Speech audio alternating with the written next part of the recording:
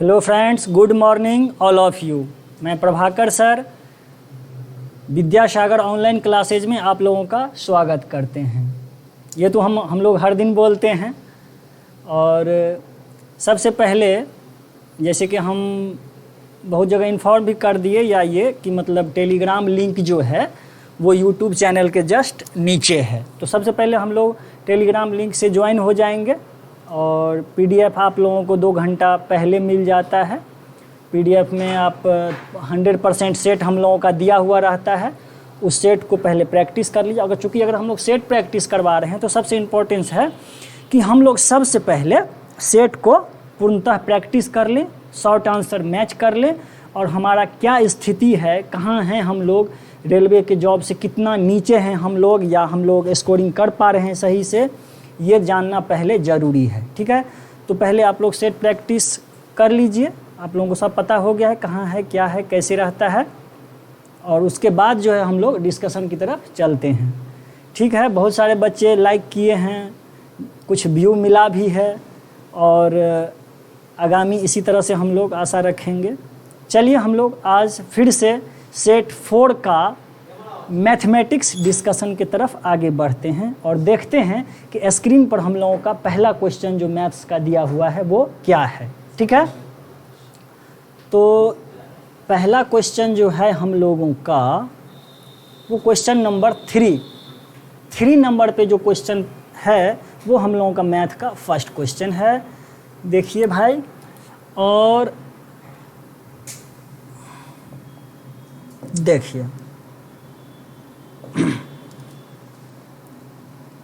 ठीक है, क्या है क्वेश्चन नंबर 3। आप लोग प्रैक्टिस किए होंगे और इस तरह का क्वेश्चन अक्सर पूछा जाता है, बहुत बार एग्जाम में ऐसा क्वेश्चन देखा गया है। ठीक है, अभी यहाँ पर आपको आरंभिक संख्या पूछ दिया है। कभी कभी पूछ देता है कि भाई जो नया संख्या है वो क्या है, कभी कभी ऐसा ही पूछ देगा आपको जो गलती से जो संख्या हुआ तो सही उत्तर क्या होगा, कभी गलत उत्तर क्या होगा, ऐसा पूछता है।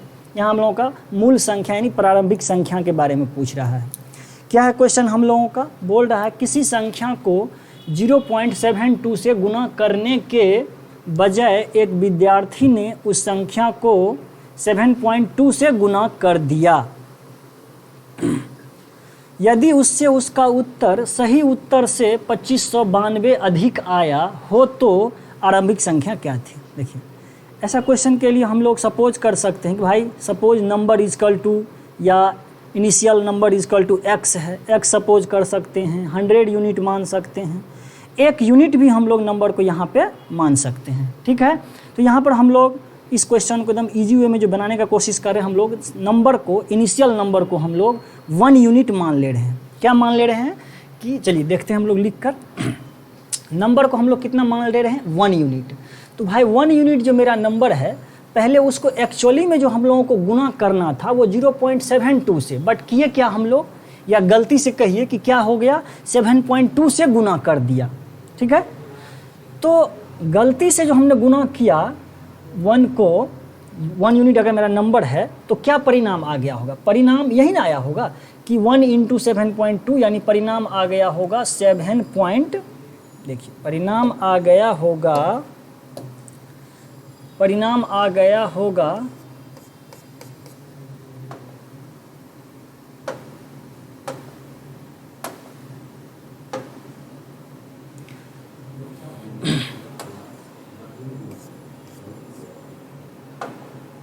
देखिए परिणाम क्या आया होगा, 7.2 परिणाम आया होगा। जब हम लोग 7.2 से नंबर को मल्टीप्लाई किए तो 7.2 परिणाम आया होगा। बट करना क्या था, 0.72 से गुना करना था। तो यानी जो रियल परिणाम आता मेरा वो कितना आता, 1 × 0.72, इट मीन्स 0.72 जो है वो परिणाम आता रियल में। तो वही बोल रहा है कि बाद में जो हमने 7.2 किया, 7.2 से गुना, तो जो परिणाम आया वो मूल परिणाम से 2592 अधिक आया। यही नहीं बोल रहा है, इसका मतलब यही नहीं हुआ कि भाई 7.2 लेस देन 0.72 यही अधिक आया, और ये अधिक का वैल्यू हमारे क्वेश्चन में दे रखा है कि 2592 है, 2592 दिया हुआ है। ठीक है, तो सबसे पहले हम लोग इसका क्या करेंगे, डिफरेंस निकालेंगे 7.2 माइनस 0.72 और देखते हैं कि हमारा जो डिफरेंस आ रहा है वो क्या आ रहा है 6.48। हमारा इसको घटा के जो आएगा रिजल्ट वो 6.48 आ रहा है। इतना यूनिट आ रहा है क्योंकि ये हमारा सारा डाटा यूनिट में है। और इतना यूनिट का वैल्यू हमारे क्वेश्चन में क्या दिया हुआ है 2592। आपसे पूछ रहा है कि भाई आरंभिक संख्या बताइए, यानी कि एक यूनिट ने माने हैं नंबर आरंभिक संख्या, तो एक यूनिट का मान निकाल दीजिए ना। एक यूनिट का वैल्यू निकालने का मतलब है कि 6.48 से आप इसको क्या करिए, डिवाइड करिए। और जब हम लोग इसको डिवाइड कर रहे हैं तो हम देख रहे हैं कि ये 400 टाइम में क्या हो जा रहा है, कैंसिल आउट हो जा रहा है। यानी एक यूनिट का जो वैल्यू हमारे पास मिल गया वो 400। और यही जो एक यूनिट हमने संख्या माना, संख्या को अगर 1 यूनिट हमने माना था तो यही 400 तो हमारा क्या हो गया, वो क्या हो गया, आरंभिक संख्या हो गया, मूल संख्या हो गया। यानी विकल्प ए आप इसका आंसर दिए होंगे और सभी आदमी दिए होंगे, हम ये बात जान पा रहे हैं। ठीक है, क्वेश्चन के पैटर्न को देखते हुए। ठीक है, तो इस तरह से हम लोग अगला क्वेश्चन की तरफ देखते हैं। एक क्वेश्चन हुआ है हम लोगों का और आज लग रहा है कि हम लोग का मार्कर अच्छा से काम कर रहा है। तो चलिए अगला क्वेश्चन की तरफ हम लोग बढ़ते हैं। क्या है हम लोग का अगला क्वेश्चन, कितने नंबर पर है वो देखते हैं। ठीक है, सेकेंड नंबर क्वेश्चन आपका देखिए सर्च इंडिसेस से दे दिया है और ये काफ़ी अच्छा क्वेश्चन है। और मुझे लग रहा है जैसे कि रेलवे के किसी एग्ज़ाम में तो ज़रूर ये क्वेश्चन प्रीवियस टाइम में आया हुआ है। ठीक है, इस तरह का क्वेश्चन आया होगा, अगर ये नहीं आया होगा तो चलिए तो देखते हैं क्या है। देखिए अच्छा क्वेश्चन है और यहाँ पर कैलकुलेशन इम्पोर्टेंट रखता है कि कैलकुलेशन आप कितना बेहतरीन ढंग से यहाँ पे कर पा रहे हैं, क्योंकि कैलकुलेशन जैसे ही मिस्टेक होगा क्वेश्चन एरर हो जाएगा। ठीक है, चलिए तो क्या दिया हुआ क्वेश्चन, बोला यदि x और y रेशनल नंबर है और 5 + √11 upon 3 - 2 √11 equal to x + y √11 दे रखा है, तो आपसे पूछ रहा है कि भाई x और y का वैल्यू क्या होगा। ठीक है, चलिए देखते हैं। तो यहाँ पे क्या करेंगे हम लोग, सबसे पहले जब भी ऐसा सवाल हमारे पास आता है तो सबसे पहले हम लोग क्या करते हैं, भाई यहाँ पर लेफ्ट में ये डाटा दिया हुआ है तो लेफ्ट साइड का हम लोग क्या करेंगे, रेशनलाइजेशन करेंगे। क्या करेंगे, रेशनलाइज करेंगे। क्या करेंगे, रेशनलाइज करेंगे। क्या करेंगे, इसको हम लोग रेशनलाइज कर देंगे राइट साइड को और उसको फिर इक्वेट करेंगे। देखिए क्या दिया हुआ है हमारा लेफ्ट राइट साइड में, लेफ्ट साइड में, हाँ यही देखिए LHS लेफ्ट साइड है। क्या दिया हुआ है, तो 5 + √11 लगता है जैसे पेन की मोटाई को अगर कम कर लिया जाए तो ज़्यादा बेहतर होगा। ठीक है, 5 + √11 अपॉन 3 - 2 √11 और ये इक्वल टू दे रखा है x + y √11, यही दिया हुआ है। क्या करेंगे, इसको हम लोग रेशनलाइज करेंगे। और रेशनलाइज किस तरह से करते हैं हम लोग, तो हम बताए थे जो डिनोमिनेटर होता है हम लोगों का, डिनोमिनेटर यानी हर के कंजुगेट से, डिनोमिनेटर के कंजुगेट से उस इक्वेशन को हम लोग प्रोडक्ट भी करते हैं और उसको डिवाइड भी करते हैं उसी नंबर से। तो चलिए हम लोग रेशनलाइज करते हैं इसका।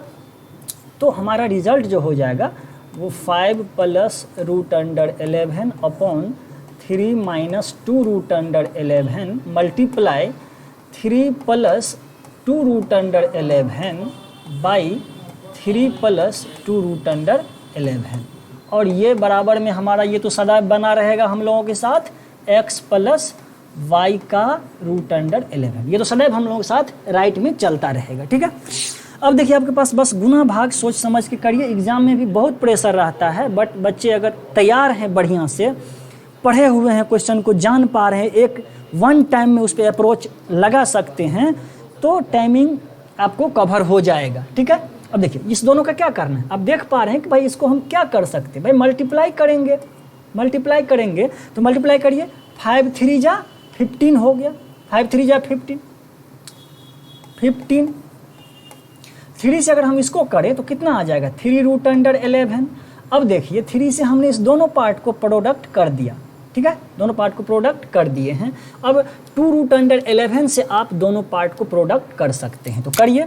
5 × 2 = 10√11, 10√11। और जब ये पार्ट और ये पार्ट जो आपस में गुना होगा तो कितना होगा, √11, √11, √121, इट मीन्स 11।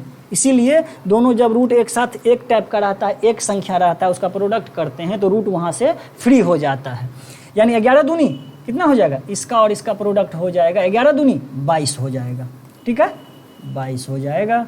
और फिर हम लोग डिनोमिनेटर में जब आते हैं तो आप क्या देख पा रहे हैं कि ये एक अलजेब्रा का रूप धारण कर लिया है, a - b a + b, जिसका मीनिंग होता है a² - b²। ठीक है, तो a² - b² करेंगे तो क्या हो जाएगा, 3 3 जा 9 हो जाएगा, और लेस देन 2 2 जा 4, और 11 का जब 2 बार रूट में प्रोडक्ट होगा तो 11 हो जाएगा।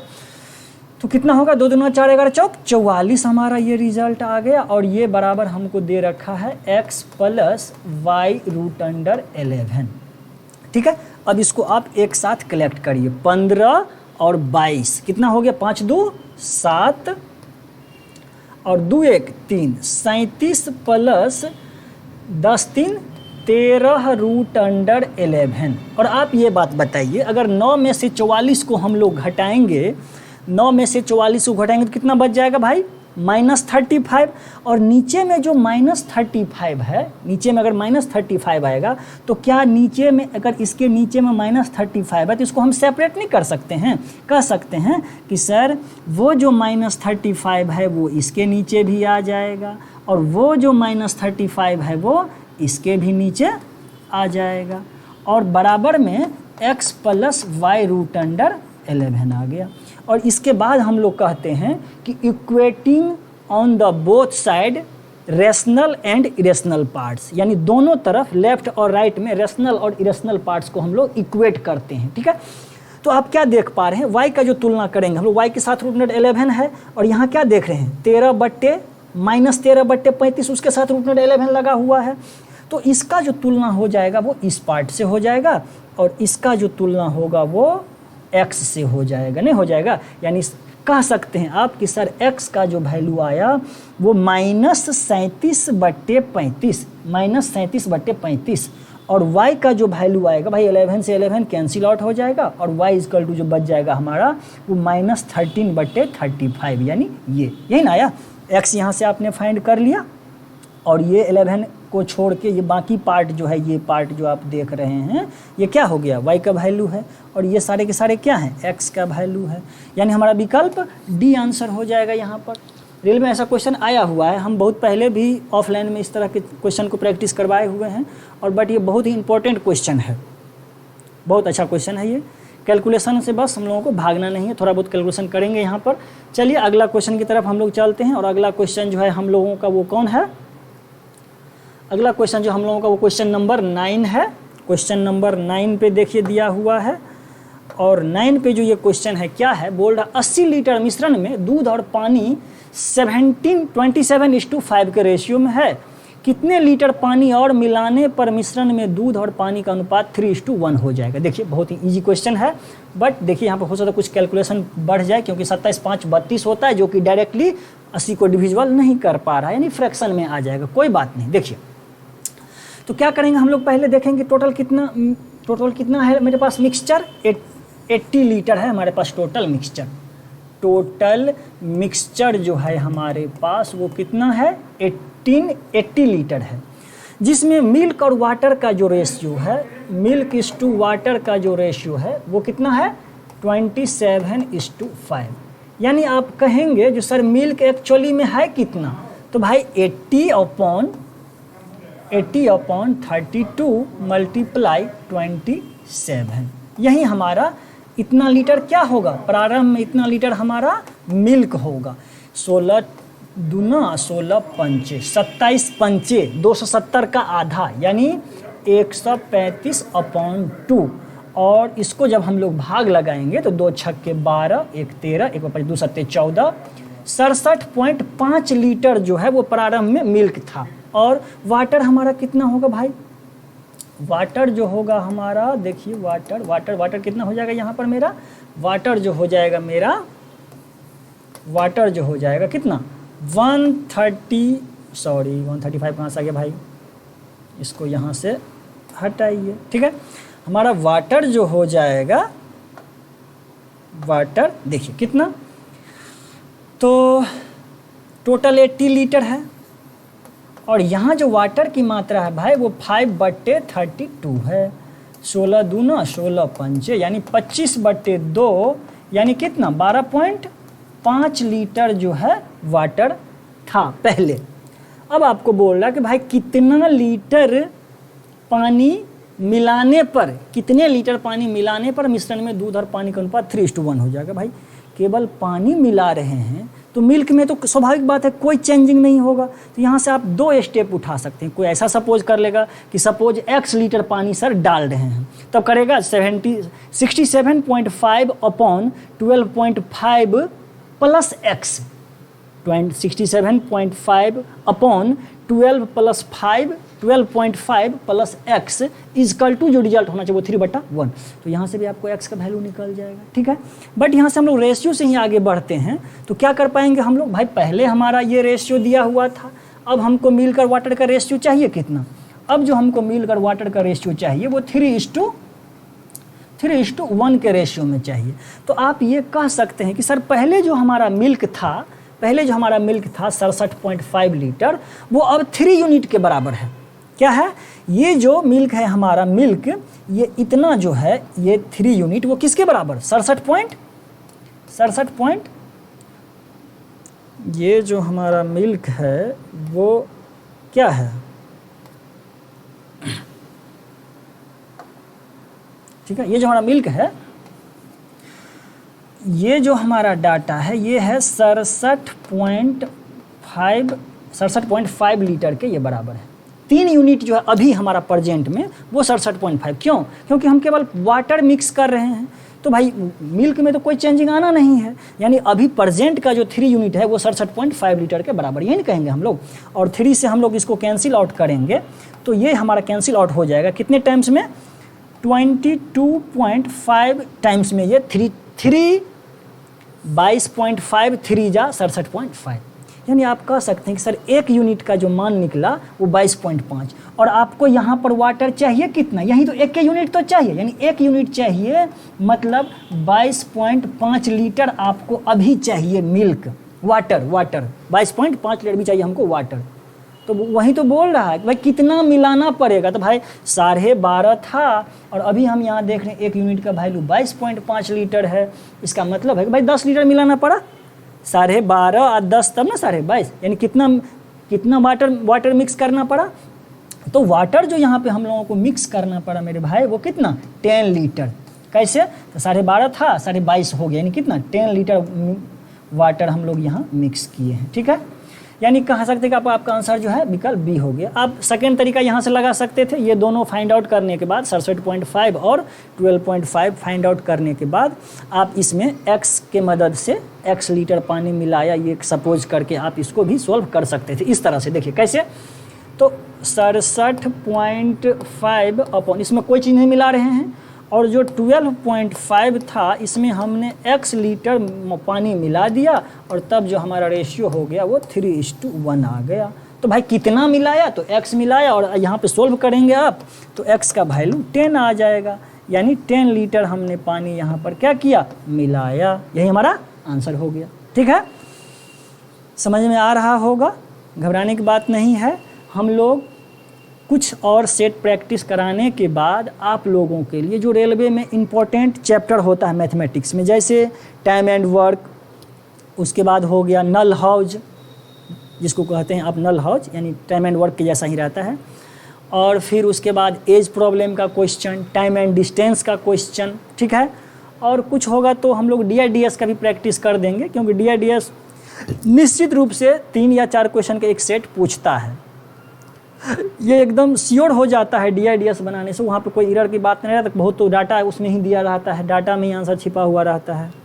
तो लाएंगे हम लोग धीरे धीरे सारा वीडियो लाएंगे, सभी तरह का वीडियो लाएंगे, जिसमें अच्छे से अच्छे और कमज़ोर से कमज़ोर सभी स्टूडेंटों को फ़ायदा होगा। हम लोग ऐसा बहुत जल्द कोशिश कर रहे हैं लाने का, और बहुत जल्द आपके सामने होगा, देखिएगा। चलिए अभी हम लोग तत्काल के लिए अगला क्वेश्चन पर चलते हैं, और आप लोग जो है सो जिस कमेंट के माध्यम से आप लोग ये भी बता सकते हैं कि सर मैं आज हम फलना हम ये बोल रहे हैं सर, और एक्चुअली में सर आज जो सेट नंबर 4 का हमने सेट लगाया तो सर मेरा स्कोरिंग इतना हुआ सर, मैथ्स में इतना इरर हुआ सर, रीजनिंग में इतना इरर हुआ सर, साइंस मेरा इतना इरर हुआ सर, मेरा इतना स्कोरिंग हुआ। आप लोग वो भी बता सकते हैं।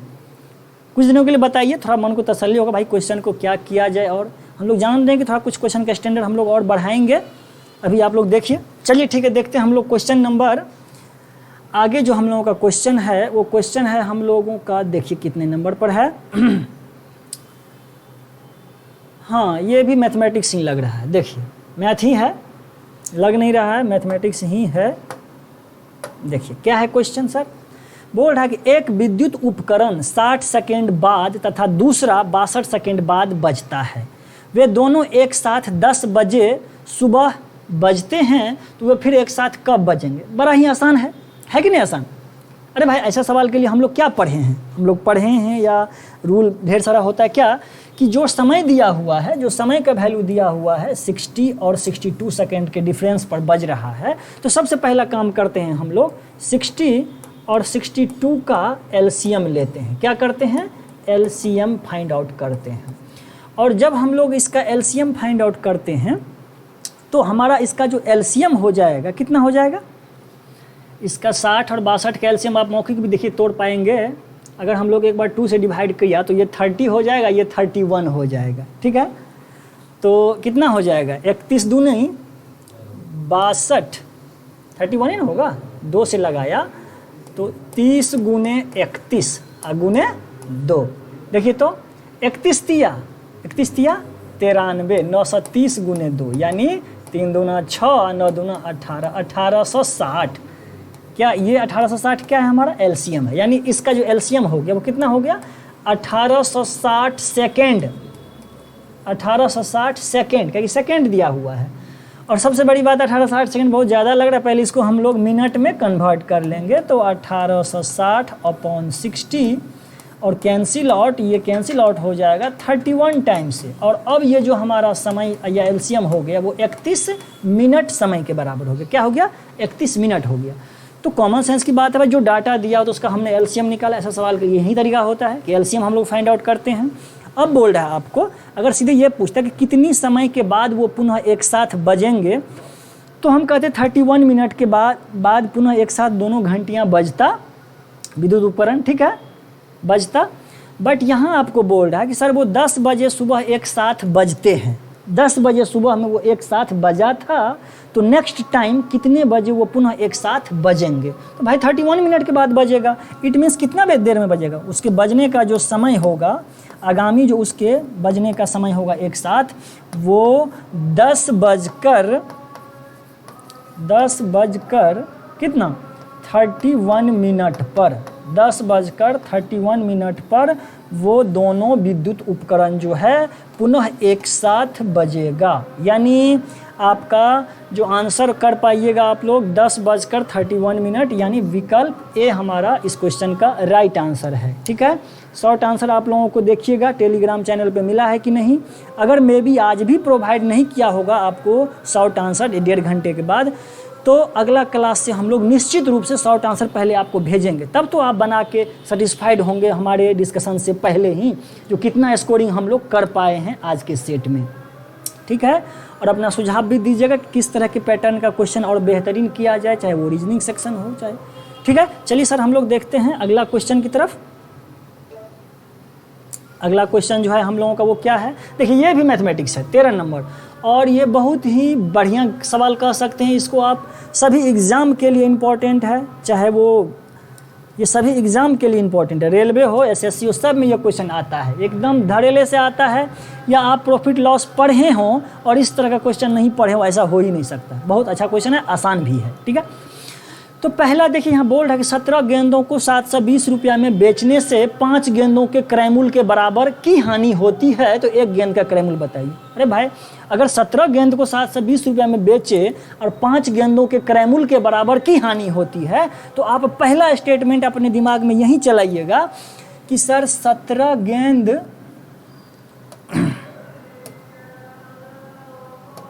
क्या कहेंगे तो सर 17 गेंद को 720 में बेचे तो 5 गेंद के क्रय मूल्य के बराबर हानि हुआ।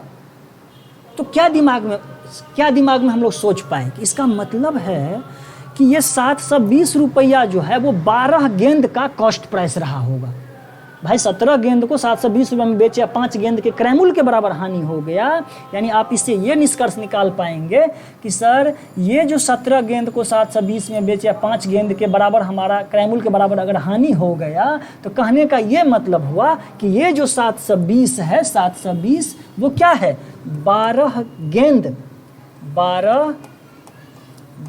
गेंदों का सीपी यानी कॉस्ट प्राइस है कितना, 12 गेंदों का कॉस्ट प्राइस 720 रुपया दिख रहा है इस स्टेटमेंट के अनुसार। ठीक है, अगर 17 गेंद को 720 में हम लोग बेच रहे हैं और 5 गेंद के क्रय मूल्य के बराबर अगर हम लोगों को लॉस लग रहा है, इसका मतलब है कि ये 720 जो है एक्चुअली में 12 गेंदों का कॉस्ट प्राइस है ये। ठीक है, अगर ऐसे आप सोच पाएंगे तो ये एकदम एग्जैक्ट, एकदम आसान है कि भाई 12 गेंद का क्रय मूल्य अगर 720 है तो भाई 1 गेंद का कितना हो जाएगा, तो आप एकदम आराम से जवाब दे पाएंगे कि सर 720 बटे 12, 12 छक्के 72, यानी सर 1 गेंद का जो क्रय मूल्य हो जाएगा सर वो हमारा 60 रुपया के बराबर होगा। ठीक है, तो ये आप इसको आंसर लगा सकते हैं। एक और तरीका सर देख लीजिए, इस तरह के क्वेश्चन में कभी दिमाग कन्फ्यूज रहता है या फ्रस्ट्रेशन जब रहता है एग्जाम में, तनाव रहता है ब्रेन पर, तो हम लोग इस तरह के क्वेश्चन को एट रेंडम इस तरह से नहीं सोच पाते हैं। तो वहाँ पर आदमी क्या करता है, कुछ सपोज कर लेता है। जैसे यहाँ हम लोग भी देखिए सपोज करके आपको फिर से क्वेश्चन को हम बता रहे हैं आपको, देखिए इसी क्वेश्चन को हम आपको एक बार फिर से बता रहे हैं इस तरह से। देखिए क्या करेंगे, भाई 17 गेंदों को 720 में बेचा, 5 गेंद के क्रय मूल्य के बराबर लॉस लग गया। हम ऐसा करते हैं, सपोज कर लेते हैं कि सर 1 गेंद का कॉस्ट प्राइस हमने x सपोज कर लिया। क्या कर लिया कि सर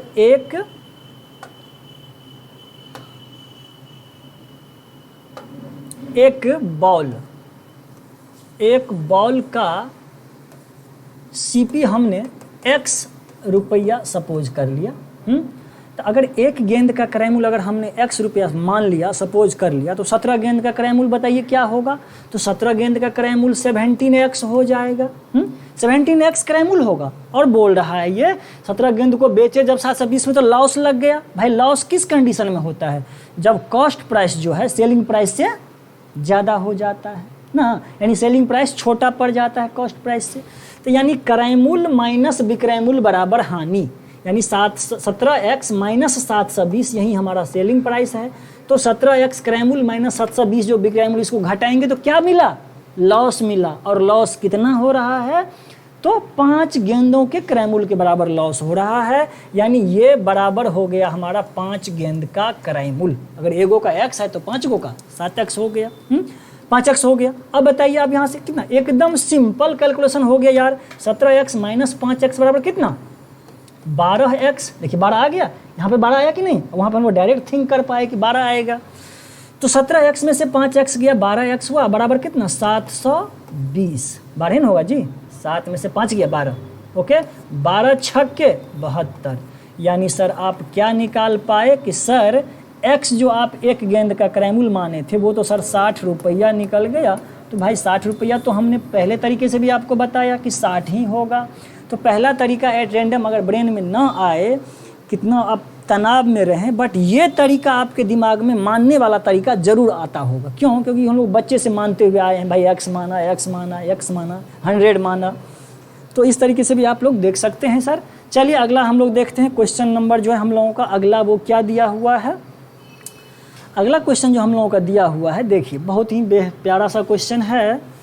और ये क्वेश्चन आपका जो है वो टाइम एंड डिस्टेंस का कह सकते हैं। हाँ बिल्कुल बिल्कुल, टाइम एंड डिस्टेंस का। क्या बोल रहा है कि 2 स्टेशन ए तथा बी के बीच की दूरी 220 किलोमीटर है। एक ट्रेन स्टेशन ए से बी की ओर एवरेज 80 किलोमीटर पर आवर की गति से छूटती है और आधे घंटे के पश्चात दूसरी ट्रेन बी से ए की तरफ औसतन 100 किलोमीटर प्रति घंटे की चाल से छूटती है। स्टेशन ए से उस बिंदु के बीच की दूरी जहां ये दोनों ट्रेनें मिलती है। ओके फ्रेंड, देखिए सबसे पहले यहाँ पर हम लोग एक डायग्राम क्रिएट करेंगे। और ये एक डायग्राम क्रिएट करेंगे। और ये देखिए हमारा डायग्राम रहा, क्या है, ये ए स्टेशन है और ये बी स्टेशन है। भाई हमको ऑलरेडी ये पता है कि इसके बीच का जो दूरी है वो कितना है, इसके बीच का जो दूरी दे रखा है वो 220 किलोमीटर दे रखा है, ये नहीं दिया हुआ है, 220 किलोमीटर जो है हमारा दूरी दे रखा है। ठीक है, अब 220 किलोमीटर दूरी है। अब क्या कह रहा है कि पहला ट्रेन ए से बी की तरफ जो जा रहा है वो 80 की चाल से जा रहा है, और उसके आधे घंटे बाद यहाँ से एक ट्रेन है, आधे घंटे पश्चात दूसरी ट्रेन बी जो है ए की तरफ चलता है आधे घंटे बाद। तो सबसे पहले तो आप ये सपोज करिए कि सर क्यों ऐसा कर रहे हैं हम वो बता रहे हैं। देखिए सबसे पहले हम लोग ये ए से बी की तरफ जो आधा घंटा चलेगा तो कितना, आधा घंटा मान लीजिए ये दूरी चला। भाई ए से जो छूटती है ट्रेन उसका चाल क्या है भाई, 80 km/h है, और इसका चाल क्या दे रखा है, 100 km/h यहाँ से छूटने वाली ट्रेन का स्पीड है। आप मेरे को बताइए अगर ये आधा घंटा चल लेगी तभी तो बी से इधर कोई ट्रेन चलती है।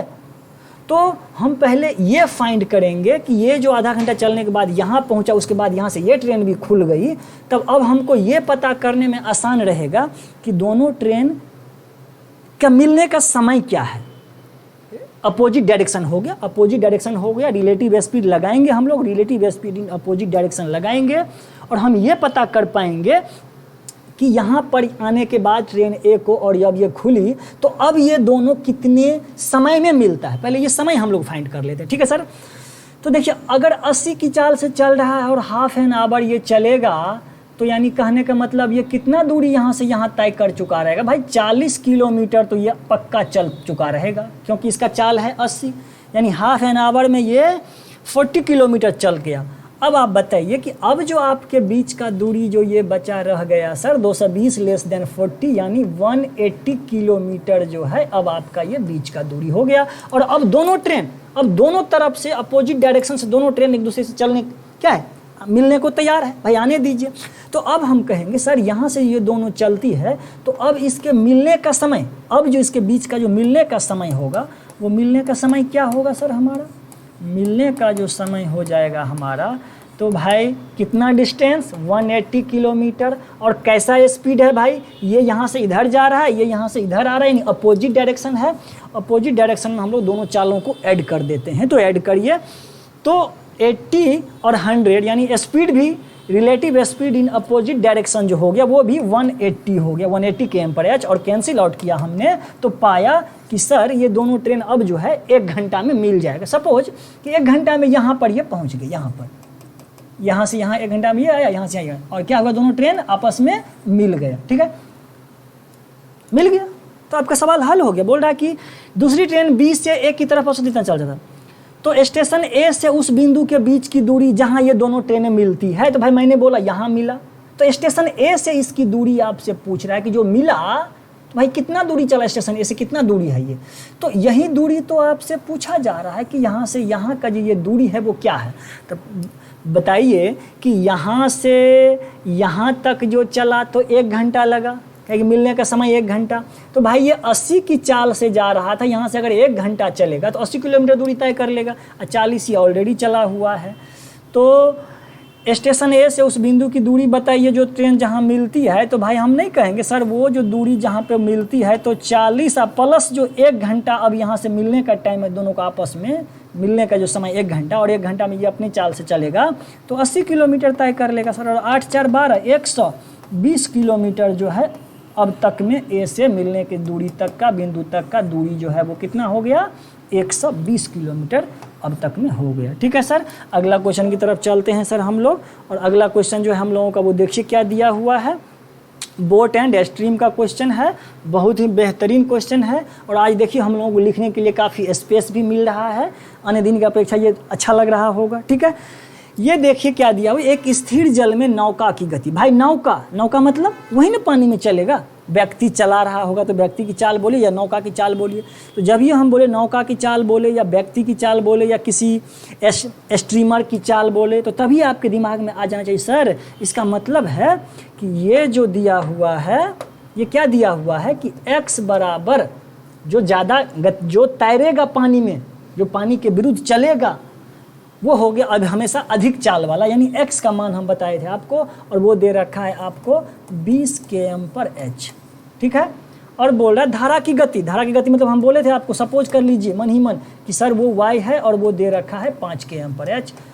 यानी अगर आपसे पूछा कि धारा की दिशा की चाल, इसीलिए हम आपको बार बार बोलते हैं धारा की दिशा चाल बोले तो x + y, धारा की विपरीत दिशा की चाल बोले तो x - y। ठीक है, तो यहाँ पे आपको बोल रहा है कि धारा की गति के साथ 100 किलोमीटर की यात्रा करने में भाई क्या समय लगे। एकदम सिंपल, आप यहीं पे बना सकते थे डायरेक्ट कि सर x का मान इतना, y का मान इतना। यानी धारा की दिशा में जाएगा तो सर धारा की दिशा में जो स्पीड हो जाएगा हमारा वो 20 और 5 25 km/h हो जाएगा सर धारा की दिशा में हमारा गति। व्यक्ति की गति या नाव का गति जो भी हो, नाव का गति वो धारा की दिशा में 25 हो जाएगा। और धारा की दिशा में 100 किलोमीटर की दूरी तय करने के लिए कह रहा था 25 चौके 100, यानी सर 4 घंटा लगेगा। यानी 4 घंटा, यानी ऑप्शन नंबर सी।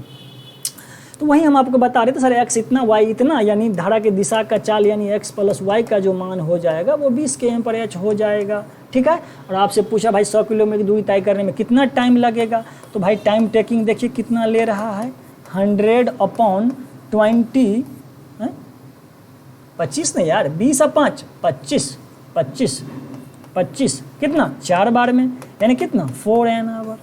4 घंटा में क्या करेगा वो धारा की दिशा में इतनी दूरी तय कर लेगा। ठीक है सर, चलिए हम लोग अगले क्वेश्चन की तरफ चलते हैं, बोर नहीं हो कराएंगे आप लोगों को। देखिए अगला क्वेश्चन की तरफ चलते हैं हम लोग, और अगला क्वेश्चन जो हम लोगों का आ गया मैथमेटिक्स का, वो देखिए आपके सामने आ गया, स्क्रीन पर पसरा हुआ है। भाई पढ़ो इसको, पढ़ना क्या है, आप लोग ऑलरेडी पढ़ चुके हैं, इसको प्रैक्टिस कर लिए हैं आप लोग इसको, आप लोगों को इसका आंसर भी पता होगा। कारण 2 आदमी एक निश्चित दूरी तय करने के लिए एक साथ चलना आरंभ करते हैं। पहले आदमी की चाल 4 किलोमीटर प्रति घंटा है, दूसरे आदमी की चाल जो है वो 3 किलोमीटर प्रति घंटा है। ठीक है, पहला आदमी दूसरे आदमी की अपेक्षा आधे घंटे पहले पहुंचता है, तो दूरी ज्ञात कीजिए। भाई यहाँ पे आप कोई भी अप्रोच लगा सकते हैं, रेशियो का अप्रोच अप्लाई कर सकते हैं, बेसिकली आप अप्लाई कर सकते हैं। अगर कोई बेसिक भी सोचें तो कोई बिल्कुल टफ नहीं है भाई। कुछ डिस्टेंस रहा होगा, क्या रहा होगा, 2 आदमी जो एक निश्चित दूरी तय करता है वो सर्टेन डिस्टेंस, हमने सपोज कर लिया कि वो सर्टेन डिस्टेंस जो है वो ये रहा होगा, ये एक सर्टेन डिस्टेंस है, ये एक सर्टेन डिस्टेंस है। और हमने सपोज कर लिया कि ये जो सर्टेन डिस्टेंस है भाई वो डी किलोमीटर है। ये दूरी क्या है, डी किलोमीटर है। बोल्ड है पहले आदमी की चाल 4 है, दूसरे की 3 है। स्वाभाविक बात है भाई, जिसका चाल कम है उसको ज़्यादा समय लग जाएगा, जिसका चाल ज़्यादा है वो थोड़ा जल्दी पहुंच जाएगा या कम समय लेगा। तो बोल रहा पहला आदमी दूसरे आदमी की अपेक्षा आधे घंटे पहले पहुंच जाता है। पहला आदमी दूसरे आदमी की अपेक्षा आधे घंटे पहले पहुंच जाता है। तो भाई आप बताइए, अगर आपको डिस्टेंस मालूम है कि डी है सर, तो डिस्टेंस में अगर हम लोग स्पीड से भाग लगाते हैं तो टाइम का वैल्यू मिलता है।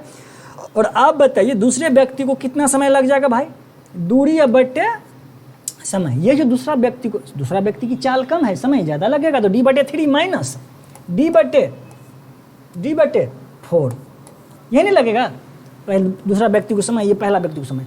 तो बोल रहा है कि पहला आदमी दूसरे की अपेक्षा आधे घंटे पहले पहुंचता है, यानी ज़्यादा टाइम माइनस कम टाइम इक्वल टू आधा घंटा, यानी 1/2। और जब आप इसको कैलकुलेट करेंगे तो आपने पाया कि सर 1/12 हो गया कैलकुलेट करके, और ये बराबर 1/2, 2 6 जा, यानी आप कहेंगे सर d बराबर सर 6 किलोमीटर हमारा रिजल्ट आ गया। तो ये भी एक अप्रोच है हमारा, एक अप्रोच हमारा ये भी है। ठीक है, ये भी कोई ख़राब नहीं है, बट कोई इसको रेशियो इस पे अप्लाई कर दें तो वो भी ख़राब नहीं कहलाएगा। रेशियो में क्या है भाई, आपको दोनों ही स्पीड का, पहला व्यक्ति फर्स्ट पर्सन पहला व्यक्ति और सेकेंड व्यक्ति का जो स्पीड का रेशियो आपको वो फाइंड है। कितना फाइंड है सर, स्पीड का जो रेशियो है वो 4:3 है। आप लोग पढ़े होंगे टाइम एंड डिस्टेंस में, या बहुत जगह रेशियो प्रोपोर्शन में भी पढ़े होंगे कि स्पीड का रेसिप्रोकल या आप कह सकते हैं इन्वर्सली प्रोपोर्शनल जो होता है वो क्या होता है, स्पीड का इन्वर्सली प्रोपोर्शनल जो होता है वो टाइम हो जाता है। क्या हो जाता है, ये स्पीड का है, तो यहीं 1:2 का जो टाइमिंग का रेशियो हो जाएगा भाई, टाइम का रेशियो वो कितना हो जाएगा, इन्वर्सली प्रोपोर्शनल यानी 3:4 हो जाएगा। यानी कहने का ये मतलब कि सर पहला व्यक्ति का चाल अगर 4 है तो उसको समय लग रहा है 3 यूनिट, दूसरा व्यक्ति का चाल अगर 3 है तो समय लग रहा है सर 4 यूनिट। यही ना, तो आपको सवाल में देखिए पता है यहाँ पे एक्सप्लेन करने का कि पहला आदमी को दूसरे आदमी का अपेक्षा आधे घंटे पहले पहुँचता है, आधे घंटे पहले। स्वाभाविक भाई समय कम इसका है तो कितना पहले है, 1 यूनिट यहाँ पता चल रहा है मेरे को। और 1 यूनिट के बारे में ये क्या बोल रहा है कि सर 1 यूनिट का जो वैल्यू है वो हाफ एन आवर है, आधा घंटा है। तो हम ये पता कर सकते हैं इस तरीके से कि सर फर्स्ट व्यक्ति को एक्चुअली में टाइम कितना लगा, तो भाई 3 यूनिट। और अगर 1 यूनिट का मान हाफ एन आवर है तो 3 यूनिट का मान आप जानते हैं कि सर 1.5 आवर हो जाएगा सर। यानी पहला व्यक्ति को जो समय लगा सर वो 1.5 घंटा। और भाई 4 किलोमीटर पर आवर उसका स्पीड है और समय अगर 1.5 घंटा है तो उसके जो सर्टेन डिस्टेंस था, certain distance CERTAIN, certain distance जो हो गया हमारा वो क्या हो जाएगा भाई, जो फर्स्ट व्यक्ति और सेकंड व्यक्ति तय कर रहा था वो 4 गुने 1.5 कह दीजिए और बराबर 6 किलोमीटर कह दीजिए। अब कोई इस तरह से बात उठा सकते हैं कि सर आपने यही टाइम क्यों फाइंड किया, भाई बी का फाइंड करिए। बी का भी फाइंड करेंगे भाई, अगर 1 यूनिट का मान हाफ एन आवर है तो 4 यूनिट का मान 2 आवर होगा। तो भाई अगर बी को 2 घंटा लगता है और 3 चाल है फिर भी 3 दूना 6 किलोमीटर हमारा दूरी हो जाएगा। समझ गए दोस्त। चलिए अगला क्वेश्चन की तरफ हम लोग चलते हैं। अगला क्वेश्चन है हम लोगों का क्वेश्चन नंबर 26। देखिए 26 हम लोगों का क्वेश्चन है और क्या है इस क्वेश्चन पे हम लोग फोकस करते हैं। आप लोग क्वेश्चन पढ़े होंगे। बोल रहा पीहू और आयु 28 मीटर व्यास वाले एक वृत्ताकार पथ पर दौड़ रहे हैं। पीहू की चाल 48 मीटर पर सेकेंड है और आयु की चाल 40 मीटर पर सेकेंड है। वो एक बिंदु से एक ही समय पर और एक ही दिशा में दौड़ना या ये सब प्रारंभ करता होगा। वह एक दूसरे से पहली बार कब मिलेंगे। भाई ये भी आपका LCF चैप्टर में चला गया, जैसे इस सवाल में पहले बताएं उसी तरीके के ये भी है। देखिए क्या है, तो ऐसा सवाल के लिए सबसे पहले, अरे यार ये फर्स्ट टाइम भाग क्यों जाता है यार तुम। देखिए एक सर्किल हम लोगों ने ड्रॉ किया इस तरह से और इस सर्किल का आपको बोला है कि डायमीटर जो है वो 28 मीटर है, यानी रेडियस कितना 14 मीटर हो जाएगा। तो सबसे पहले तो जिस पर वो चक्कर लगाता है पहले उसका डिस्टेंस पता करिए। और इसका जो ये डिस्टेंस का कहने का मतलब सरकमफेरेंस सरकमफेरेंस को हम लोग C से डिनोट करते हैं, यानी परिधि जिसको बोलते हैं। तो इस वृत्त का परिधि जो हो जाएगा भाई 2 पाई आर कितना 14, 7 2 जा 22 चौक 88 मीटर। इस सर्किल का सरकमफेरेंस जो 88 है। तो कह रहा कि पीहू जो है वो इस 88 मीटर दूरी को 48 की चाल से चक्कर लगाता है। आयु जो है इसी दूरी को 88 को 40 की चाल से चक्कर लगाता है। भाई वो एक दूसरे से पहली बार कब मिलेंगे, समय से रिलेशन दिख रहा है, कब मिलेंगे यानी समय मिलने में कितना समय लगेगा ये। तो सबसे पहले तो आप समय फाइंड करिए भाई कि ये दोनों व्यक्ति जो है एक चक्कर कितना समय में लगाते हैं। समय आपको नहीं मालूम है, ये स्पीड मालूम है, ये जो मेरा है वो स्पीड है और ये जो भी दिया मेरा क्या है स्पीड है। भाई डिस्टेंस भी अब मेरे को पता है, स्पीड भी पता है, तो टाइम मैन फाइंड करने में कोई दिक्कत है नहीं। तो पीहू को जो लगा समय होगा यानी T1 कह दीजिए। T1 क्या हो जाएगा सर, तो T1 जो हो जाएगा सर वो 88 अपॉन कितना 48 काटिए सर 8 6 के 48, 8 से कै बार में जी 11 बार में, यानी 11/6 सेकेंड। 11/6 सेकेंड में क्या होगा, पहला व्यक्ति को समय लगेगा और दूसरे व्यक्ति को जो समय लगेगा वो 88 अपॉन कितना 40।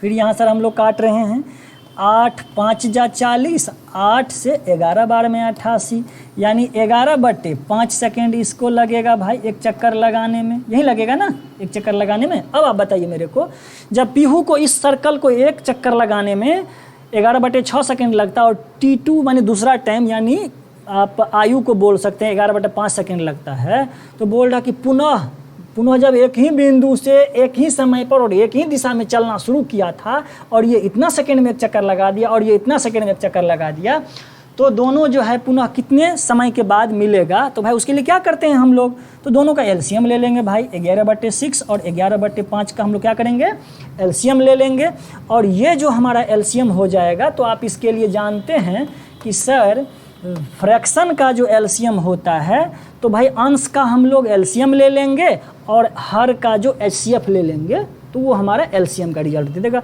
तो भाई 11 और 11 का एलसीएम 11 हो जाएगा, 6 और 5 का एचसीएफ करेंगे तो 1 हो जाएगा, यानी 11 हुआ एलसीएम, यानी 11 क्या सेकेंड, यानी 11 सेकेंड, 11 सेकेंड। यानी पहली बार वो दोनों कितने देर बाद मिलेगा भाई, तो 11 सेकेंड के बाद मिलेगा। आसान था क्वेश्चन, बस एक भाग लगा के समय आपको फाइंड आउट कर लेना था। चलिए अगला क्वेश्चन की तरफ चलते हैं हम लोग, और अगला क्वेश्चन देखिए आपके स्क्रीन पर आ गया है भाई, क्या है अगला क्वेश्चन हमारा, देखिए लग रहा है ये आपको सिंपल इंटरेस्ट से दिया हुआ है, और सिंपल इंटरेस्ट से दिया हुआ हम आपको सिंपल इंटरेस्ट में बताए थे कि रेट और टाइम का जो प्रोडक्ट होता है, रेट और टाइम का जो प्रोडक्ट होता है वो ऑलवेज एसआई देता है। और ये भी बताए थे हम आप लोगों को कि प्रिंसिपल ऑलवेज, चाहे एसआई हो चाहे सीआई हो, प्रिंसिपल हमेशा सदैव हमारा कितना होता है, 100% होता है। ओके, जान पा रहे हैं हम लोग, पहले भी चर्चा की हम लोग इस पर। तो आपको बोला कि 13% की वार्षिक दर से साधारण ब्याज पर 1200 रुपये उधार लिया। भाई 1200 रुपये उधार लिया मतलब ये 1200 क्या है, 100% है भाई। ये जो 1200 है हमारा वो क्या है, ये 1200 जो है हमारा वो 100% है। मतलब आप समझ पा रहे होंगे कि सर ये प्रिंसिपल है, क्या है, प्रिंसिपल है ये 100% मतलब प्रिंसिपल, जिसको मूलधन बोलते हैं। और बोल रहा कि 13% रेट है, अब 5 वर्ष के बाद कितनी धनराशि भुगतान करना पड़ेगा। तो भाई ब्याज होगा 5 साल का, फिर जो अमाउंट था, मूलधन अमाउंट, प्रिंसिपल अमाउंट था, उस प्रिंसिपल अमाउंट में ब्याज जोड़ के वापस कर देंगे, यानी मिश्रधन पूछ रहा है। और मिश्रधन ऑलवेज क्या होता है, मिश्रधन होता है ऑलवेज ए बराबर principal amount plus interest, principal amount plus interest. Okay sir, तो आप बताइए मेरे को 13% हमारा रेट है और टाइम अगर हमारे पास 5 ईयर्स है, तो आप यहाँ से भी पता कर सकते हैं कि सर हमारे इस क्वेश्चन में हमको जो एसआई सिंपल इंटरेस्ट जो पे करना होगा वो 65% आपको प्रिंसिपल क्या करना होगा, इंटरेस्ट पे करना होगा। तो आपको कितना चुकाना होगा सर, प्रिंसिपल तो ऑलरेडी आपने 100% लिए हुए हैं, और 65% अगर आपको ब्याज पे करना होगा, यानी आपको कितना धन चुकता करना होगा, तो 165%। यहाँ जो आपको अमाउंट जो पे करना है वो 165% अमाउंट आपको पे करना होगा। भाई अब क्या लगा दीजिए, आप यूनिटी मेथड लगा सकते हैं कि सर 100% 1200 तो 165% बराबर क्या, वही हमारा आंसर हो जाएगा। तो देखिए कैसे हम लोग सोल्व करेंगे, तो कहेंगे sir 1200 upon 100 into 165 cancel out करेंगे, 165 को 12 से गुना करेंगे, और यही जो हमारा हो जाएगा वो क्या हो जाएगा, यहीं इसको हम लोग गुना कर देंगे, जो आंसर आएगा हमारा आ जाएगा। कितना आंसर आ रहा है जी, इसका आंसर कितना आ रहा है आप लोगों को पता होगा, और शायद ये आंसर हम लोगों का 1980 आ जाएगा मे बी, क्या, कोई बड़ी बात नहीं। आप चाहेंगे तो यहाँ गुना भी कर सकते हैं सर, 12 पंच 60 का 0 कैरी 6 हैं, 12 छक्के 72 और 6 कितना 78, 72 अच्छा 78 का 8 हो गया, और 7 हमारा कैरी हो गया। 12 और 7 19, देखिए हम क्या बोले 1980 रुपया ही ये झलक रहा था, तो झलक गया भाई। देखिए सामने हम लोग भी झलका ही दिया, आखिर छोड़े नहीं। क्या हो गया हमारा रिजल्ट 1980। ठीक है सर, आप इसको दूसरे तरीक़े से बना सकते थे, सपोज कर सकते थे कि सर अगर प्रिंसिपल मालूम है, रेट मालूम है, टाइम मालूम है, सर हम एसआई फाइंड कर लेंगे, PRT/100 फाइंड कर लीजिए, सेम कोई प्रॉब्लम नहीं है। 1200 गुने 13 गुने 5/100 तो भाई एसआई निकल जाएगा। और वही काम तो हम लोग भी किए हैं जी, अरे 13 और 5 को हम पहले गुना कर लिए, कह रहे ब्याज हो गया, और देखिए बाद में हम लोग 100% उसको बोल ही दिए। ठीक है, तो आप वैसे भी करेंगे, बेसिक लॉजिक थोड़ा सा इसमें हम लोग एक नया बात जोड़ दिए, कोई बड़ी बात नहीं है। चलिए अगले क्वेश्चन की तरफ चलते हैं हम लोग सर, और अगला क्वेश्चन जो है हम लोगों का वो 30 नंबर है। आप चाहें तो मौखिक बना सकते हैं, इस क्वेश्चन को निश्चित रूप से बना सकते हैं। क्या बोल रहा है कि बहन 25 घंटे में 50 केक बना सकती है। तो आप ही बताइए, अगर 25 घंटे में 50 केक बनाती है, बहुत स्लो बना रही है, तो आप ही बताइए सर कि 1 घंटे में, अगर 25 घंटे में 50 केक बना के, भाई 1 घंटे में कितना बनाएगी, 1/2 आवर में उसकी बहन कितना केक बनाती होगी, भाई 2 केक बनाती होगी। कितना केक, 2 केक बनाती होगी। अगर 25 घंटे में 50 केक, तो 1 घंटे में 2 केक बनाती है कौन? बहन। बहन का कैपेसिटी क्या है कि 1 आवर में 2 केक बनाने का कैपेसिटी है उसके सिस्टर का। अब आगे बढ़िए, अब सवाल की तरफ तो बोल रहा है कि बहन और माँ साथ मिलकर 15 घंटे में 75 केक बनाती है। भाई बहन यानी सिस्टर प्लस मदर जब मिल जाती है तो 15 आवर में 75 केक बनाती है। भाई एकदम सिंपल हो गया। आप ये बताइए, अगर बहन 1 आवर में 2 केक बनाती है तो सिस्टर जो है वो 15 आवर में कितना केक बनाएगी? 15 दूना 30 केक तो बहन बना लेगी, 30 केक तो बहन बना लेगी, और मदर का शेष रह जाएगा और दोनों का जोड़ के 75 है। यानी मदर जो है वो 15 आवर में 15 घंटे में, 15 घंटे की बात है ना, तो 15 घंटे में मदर के लिए कितना केक बच गया भाई? 75 लेस देन 30, 75 लेस देन 30 यानी कितना? 45 केक जो बना पा रही होगी, वही तो मदर का क्षमता है। तो आपसे पूछ रहा माँ 15 घंटे में कितनी केक बनाती है? तो 45 केक बनाती है मदर। बहुत आसान क्वेश्चन था मेरे भाई। देखिए अगला क्वेश्चन की तरफ चलते हैं। हम लोग घन बनाए जा सकते हैं कुल कितने? तो भाई ये रीजनिंग का क्वेश्चन है। सुरेश एक वर्गाकार मैदान के चारों ओर कोनिक बिंदु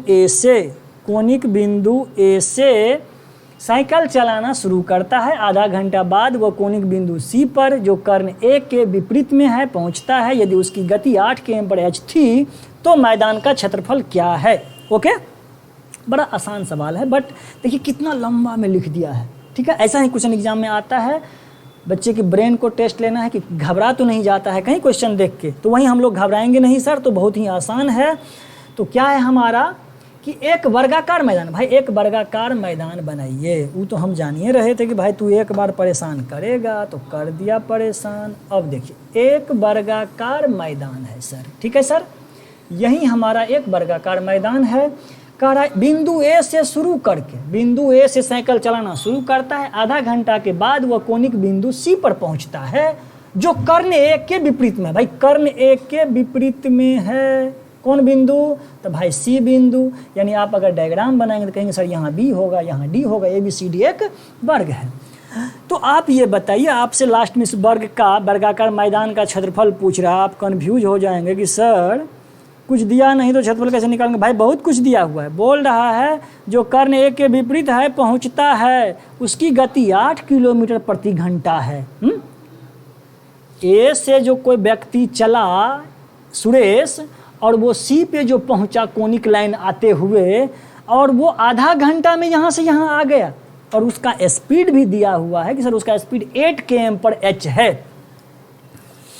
तो अगर उसका स्पीड 8 km/h है और वो आधा घंटा में यहाँ पहुँच गया, तो आप नहीं कहेंगे सर कि सर 8 की चाल से और आधा घंटा चला सर, इसका मतलब 2 चौके 8, यानी यहाँ से यहाँ तक की जो ये दूरी पता चल गया, चाल गुने समय और ये स्पीड और ये समय लगा यहाँ से यहाँ पहुँचने में, तो ये दूरी ने तय किया जी। और इसी दूरी को आप क्या कहते हैं? वर्गाकार डायगोनल ऑफ स्क्वायर, जो कि अगर आप कहें कि सर अगर इस वर्ग का साइड हम लोग ए सपोज कर लेते हैं, वर्ग का साइड अगर ए हम लोग सपोज करते हैं, तो ये जो AC डायगोनल बन रहा है ये कितना हो जाएगा सर? √2a के बराबर होगा।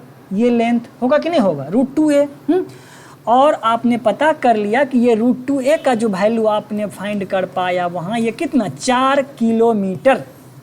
आपने इस AC का डिस्टेंस जो पता किया, AC का डिस्टेंस जो आपने यहाँ पे मेजर किया वो कितना? 4 किलोमीटर, यानी AC 4 किलोमीटर। और अगर साइड A है तो √2a है AC, यानी according to question √2a = 4 kilometre, यानी A बराबर हमारा क्या रिजल्ट आ जाएगा? 2√2 किलोमीटर। और जब आपको ए वर्ग की भुजा है और अगर आपसे एरिया पूछ दिया जाए, तो सर आप लोग जानते हैं कि वर्ग का क्षेत्रफल जो होता है वो भुजा स्क्वायर होता है, तो 2√2 का स्क्वायर कर दीजिए। यही वर्ग किलोमीटर हमारा क्या हो गया? एरिया हो गया। कितना हो गया भाई? 2 दूना 4 दूना 8 वर्ग किलोमीटर। 8 वर्ग kilometre is the right answer. 8 वर्ग kilometre is the right answer. चलिए हम लोग देखिए समय हम लोग ज़्यादा लगा रहे हैं, चलो हम लोग आगे बढ़ते हैं जल्दी से। तो क्या आंसर हो गया हमारा? विकल्प ए हो गया। चलिए अगला क्वेश्चन की तरफ चलते हैं हम लोग। अगला क्वेश्चन हम लोगों का क्या है, देखिए अगला क्वेश्चन जो हम लोगों का है, ये भी मैथमेटिक्स लग रहा है। नहीं, no no no no no no no no no, mathematics नहीं है। तो आगे हम लोग आते हैं, बहुत ही बेहतरीन प्यारा क्वेश्चन हम लोगों को दोबारा आज मिल रहा है। क्या मिल रहा है दोबारा आज हम लोगों को? आज दोबारा मिल रहा है हम लोग को हाइट्स एंड डिस्टेंस का क्वेश्चन। हम लोग उस दिन आप लोगों को कुछ कंसेप्ट बताए थे, पुनः याद करा रहे हैं। देखिए एक बार कि ये अगर एक राइट एंगल ट्राइंगल है, ये अगर एक राइट एंगल ट्राइंगल है जिसमें अगर ये कोण 30 दिया गया हो, तो ये कोण 60 निश्चित रूप से होगा, क्योंकि ये राइट एंगल है, मतलब ये 90 होगा। हम आपको बताए थे ये रेशियो, ध्यान रखिए हाइट एंड डिस्टेंस के लिए बहुत ही ये रामबाण है। मतलब आप देखेंगे और क्वेश्चन को बिना कोई दिमाग लगाए हुए इसको हल हम लोग कर सकते हैं। ठीक है सर। तो 30 डिग्री के सामने वाला जो लेंथ होता है वो सदैव कितना होता है? बताए थे 1 यूनिट के बराबर होता है। और 60 डिग्री का जो सामने वाला साइड होता है उसका रेशियो कितना? √3 यूनिट के बराबर इसको मानते हैं। और 90 डिग्री के सामने वाला लेंथ जिसको आप हाइपोटेनस बोलते हैं, इसका वो ऑलवेज 2 यूनिट के बराबर होता है। एक और बातें हम आपको इसके साथ चर्चा किए थे कि अगर ये 45 डिग्री दे रखा हो, ये 45 डिग्री दे रखा हो और ये 90 डिग्री दिया हुआ है, तो ये सदैव कितना होता है? 1 यूनिट। ये भी कितना? 1 यूनिट। 45 के सामने 1, 45 के सामने 1, और ये जो हाइपोटेनस मेरा होता है उस कंडीशन में वो √2 यूनिट के बराबर होता है। इन बातों को आप ध्यान रखिएगा। इस मीन से एक प्रकार का आपका कंसेप्ट हो गया, फार्मूला हो गया। ठीक है, अगर आप ये बातें जान रहे हैं तो हम लोग चलते हैं इस क्वेश्चन की तरफ। पहले इसको अब हम हटा देते हैं। ठीक है भाई।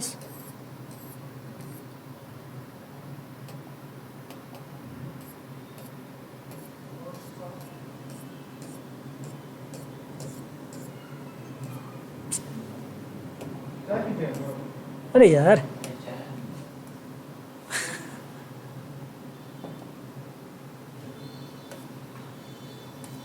ठीक है सर, चलिए खत्म हो गया हम लोगों की कहानी। अब जो हम लोगों का क्वेश्चन है ये देखिए कैसा क्वेश्चन है। बोला 2 समांतर स्तंभों के बीच की दूरी 40√3 मीटर है। प्रथम स्तंभ के शीर्ष से द्वितीय स्तंभ के शीर्ष का अवनवन कोण 30 डिग्री है। यदि प्रथम स्तंभ 100 मीटर लंबा हो तो द्वितीय स्तंभ की ऊंचाई क्या होगी? यहाँ पर हम लोग कोई फार्मूला नहीं लगाएंगे, कोई सूत्र नहीं लगाएंगे, हम सिर्फ रेशियो मेथड से, जो अभी आपको रेशियो बताए हम राइट एंगल ट्रायंगल का रेशियो, उसी रेशियो से हम लोग पता कर पाएंगे कि द्वितीय स्तंभ की ऊंचाई क्या होगी। ठीक है सर। तो चलिए आगे चलते हैं हम लोग। और एक क्या है? तो 2 स्तंभ है, समांतर स्तंभ। देखिए सर 2 समांतर स्तंभ है सर, यही है। ठीक है, ये जो इसके बीच का दूरी दिया हुआ है हम लोगों का वो 40√3 दिया हुआ है। ठीक है, बोल रहा है प्रथम स्तंभ के शीर्ष से द्वितीय स्तंभ के शीर्ष का, प्रथम स्तंभ के शीर्ष से द्वितीय स्तंभ के शीर्ष का, द्वितीय स्तंभ के शीर्ष का अवनवन कोण, मतलब ये एंगल आपको सर दे रखा है 30 डिग्री। तो इसका जैसे ही हम लोग अल्टरनेट एंगल लेंगे तो ये भी हमारा हो जाएगा 30 डिग्री। अब ये बताइए अगर ये 40√3 है तो ये भी हमारा 40√3 होगा। और सवाल में पूछ रहा द्वितीय स्तंभ की ऊंचाई, अगर हम सपोज की कि सर द्वितीय स्तंभ की ऊंचाई h है, तो इसी h का वैल्यू तो आपसे पूछ रहा है निकालने के लिए, h = व्हाट। अब आप बताइए अगर ये 30 डिग्री है तो ये ऑलवेज 90 बनाएगा, तो ये कितना हो जाएगा? 60 डिग्री। और अभी हम आपको रेशियो बताए थे थोड़ी देर पहले कि 60 के सामने वाला जो लेंथ होता है वो ऑलवेज √3 यूनिट के बराबर होता है। यानी आप कह सकते हैं कि सर इस फिगर में √3 यूनिट का जो वैल्यू है, √3 यूनिट का जो वैल्यू है वो कितना है? 40√3 है, 40√3 है। यानी 1 यूनिट का मान क्या हो गया सर? 40 हो गया। और अगर 1 यूनिट का मान 40 मतलब क्या? यही ना 1 यूनिट, अगर 30 है तो 1 यूनिट, 60 है तो √3 यूनिट है। तो ये 1 यूनिट का वैल्यू हमने कितना निकाल लिया सर? 40 मीटर निकाल लिया कि सर ये जो दूरी हमारा निकल गया वो 40 मीटर। और आपको ये भी पता है कि पहली जो स्तंभ है वो 100 मीटर ऊंचाई की है। अगर ये पूरा स्तंभ 100 मीटर ऊंचाई की है तो आप मेरे को बताइए यहाँ से ये दूरी हमारा कितना बच गया? ये 40 निकल गया, मतलब ये 60 किलोमीटर बच गया भाई। कुछ करने की ज़रूरत ही नहीं था। ये फिगर हम आपको देखें, इतना हम आपको इसलिए समझाए कि आप समझ पाइए, बट इतना बोलने इतना समय लेने की कोई ज़रूरत नहीं था इसमें। तुरंत हम लोग ये 40 निकला, अब ये कितना 60, समझ पाइए। 30 दिया था यहाँ पर, उसका अल्टरनेट एंगल यहाँ बन गया, ये 30 तो ये 60, और 30 के सामने एक यूनिट ये केवल, और 60 के सामने ये √3 यूनिट। अगर √3 यूनिट 40 √3 तो 1 यूनिट का मान कितना 40, तो 1 यूनिट का मान कितना, 1 यूनिट का मान यहाँ पर हमारा हो जाएगा कितना सर, 1 यूनिट का मान कितना हो गया हमारा, 1 यूनिट का मान, 1 यूनिट का जो मान हमारा यहाँ हो गया वो कितना 40, और पूरे 100 था, यानी ये कितना 60 किलोमीटर। ओके, चलिए आगे चलते हैं हम लोग 60। अगला क्वेश्चन हमारा देखिए कई नंबर है, कहाँ पर है सर, आगे बढ़ते हैं। अगला क्वेश्चन देखिए फिर से ट्रिगोनोमेट्री से आ गया। अगला क्वेश्चन फिर हम लोगों का क्या है, ट्रिगोनोमेट्री से है। और क्या है क्वेश्चन, पहले देखिए यहाँ पर आप लोग sin theta upon 1 + cos theta plus 1 + cot theta. देखिए सुधार नहीं हुआ, यहाँ सुधार की ज़रूरत था, हम लोगों ने सुधार करवाए थे, बस किसी वजह से यहाँ मिसप्रिंट रह गया। कोई बड़ी बात नहीं है सर, इस मिसप्रिंट को हम यहीं पर सुधार देते हैं। भाई ये क्या है, 1 + cot नहीं, ये क्या है 1 + cos थीटा है। क्या है ये, 1 + cos थीटा है, ये क्या है cos थीटा, क्या है ये cos थीटा है, COS cos थीटा है, ठीक है। तब ये जाके हमारा आंसर आपको ये दे रहा होगा, आप लोग प्रैक्टिस किए होंगे तो हम लोग इसको 2 तरीके से बना सकते हैं। हम लोग एंगल भी पुट करके बना सकते हैं, बस वो एंगल हम लोग पुट नहीं कर सकते हैं जो हमारे रिजल्ट को, जो हमारे डाटा को इन्फिनाइट की तरफ अग्रसर करे, वो डाटा वो एंगल हम लोग पुट नहीं करेंगे, ठीक है। और कभी कभी यहाँ पर अगर आप एंगल पुट करते हैं 45 डिग्री पुट करेंगे और सारे के सारे साइन और कॉस में हैं, तो जो आप रिजल्ट पाएंगे 2/sin पर ऑप्शन में रखने पर वही रिजल्ट आप कॉस में भी पाएंगे। तो इतना जो हम लोग के दिमाग में सस्पेंस चलेगा, उससे बेहतर है कि हम लोग इसको क्या करेंगे, सोल्व कर लेंगे। तो क्या करेंगे सोल्व में, देखिए तो कुछ नहीं करना है, क्वेश्चन मेरे सामने लिखा हुआ, हम लोग एक लाइन में इसका एलसीएम निकालेंगे। कहेंगे सर एलसीएम हो गया हमारा sin theta into 1 + cos theta, ठीक है। कुछ लाइन को हम लोग स्किप करते हुए निकलेंगे। cos 1 + cos से 1 + cos खत्म, sin कितना हो जाएगा बताइए, sin² थीटा हो जाएगा, प्लस क्या हो गया 1 sin से sin खत्म, 1 + cos 1 + cos। जब ये दोनों 1 + cos होगा तो 1 + cos थीटा का क्या हो जाएगा, होल स्क्वायर होगा। और होल स्क्वायर तोड़ने में आप लोग एक्सपर्ट हैं तो तोड़ दीजिए।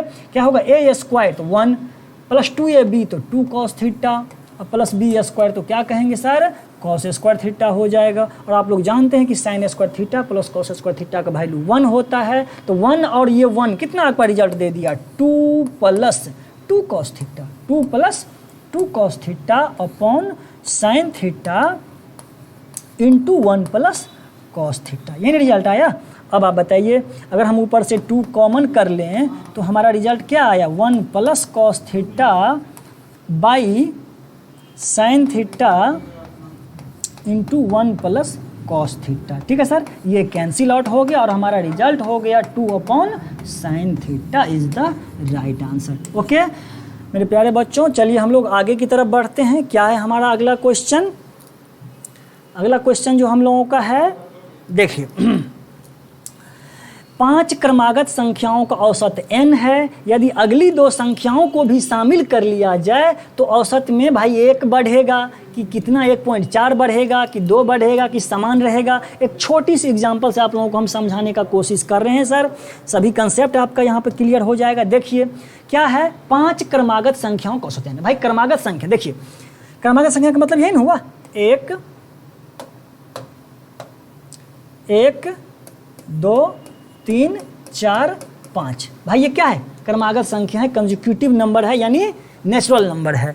तो आपसे अभी इसका अगर एवरेज पूछेगा तो आप लोग जानते हैं कि सर इसका एवरेज 3 होगा, है भाई 5 को क्रमागत संख्या, उसका एवरेज क्या है 3 है।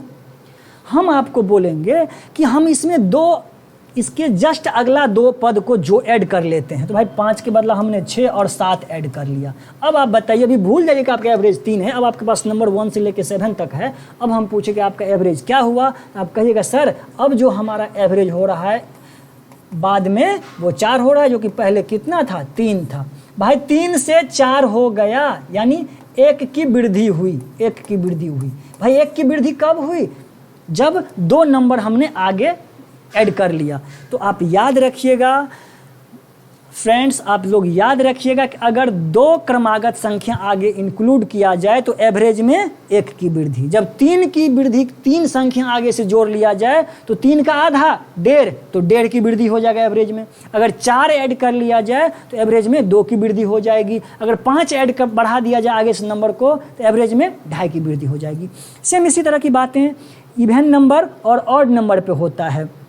जब आप 2 इवन नंबर को आगे की तरफ बढ़ाएंगे तो एवरेज भी हमारा 2 बढ़ जाता है। जब 2 ऑड नंबर को आप, जब ऑड नंबर का सीरीज रहेगा और 2 ऑड नंबर आपने आगे ऐड कर लिया तब आपका एवरेज भी पहले की अपेक्षा 2 बढ़ जाएगा। क्या समझे? जब नेचुरल नंबर रहेगा तो जितना डिजिट को आगे बढ़ाया एवरेज में उसकी आधा वृद्धि होगी, और जब इवन नंबर और ऑड नंबर की बात रहेगी, अगर 2 नंबर आगे बढ़ाएंगे तो एवरेज में 1 की वृद्धि, अगर 10 बढ़ाएंगे तो एवरेज में 5 की वृद्धि। बट वहीं नेचुरल नंबर की बात हो तब जितना नंबर बढ़ाएंगे उसका आधा एवरेज में वृद्धि होगा। तो आपका यहाँ पर जवाब आपके सामने मिल गया कि 5 नेचुरल नंबर था जिसका एवरेज पहले n था। यदि अगली 2 संख्याओं को भी शामिल कर लिया जाए, भाई 2 नंबर हमने आगे बढ़ाया तो हमारा न्यू एवरेज जो हो जाएगा यहाँ पर वो क्या हो जाएगा? न्यू एवरेज 2 बढ़ाया तो एवरेज में 1 की वृद्धि n+1 यानी 1 से बढ़ेगा।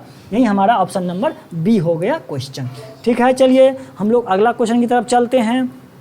अगला क्वेश्चन की तरफ चलते हैं तो आपके पास आ गया मीन और मोड से, मीन और मोड से क्वेश्चन है, स्टैटिक्स का है मीन और मोड। देखिए एलिमेंट्री स्टैटिक्स है, एलिमेंट्री स्टैटिक्स में हम आप लोगों को मीन, मोड, मेडियन, डेविएशन ये सभी का भी हम लोग एक बेहतरीन क्लास लेके आएंगे, क्योंकि पिछले टेक्नीशियन, ग्रुप डी, एनटीपीसी में ये बड़ा ही धूम मचाया था इस तरह का क्वेश्चन। हम लोग एक बेहतरीन क्लास लेके आएंगे इस पर। खैर अभी सेट में जो है उस पर चर्चा करते हैं। एवरेज का माध्य का मतलब होता है एवरेज। भाई सिंपल देखिए, छोटा सा एकदम, एक डाटा दिया हुआ है, डाटा दिया हुआ उसका मीन पूछ रहा है आपसे, तो भाई यहाँ पर ये मीन मतलब एवरेज हो गया, भाई एवरेज निकाल दो। यहाँ पर मीन मतलब डायरेक्ट एवरेज हो गया, यानी मीन हो गया। उसी को हम लोग एवरेज को यहाँ मीन भी कह सकते हैं। क्या कह सकते हैं? मीन यानी माध्य। और यहाँ पर ये एवरेज मतलब सभी का सम बट्टे नंबर ऑफ टर्म।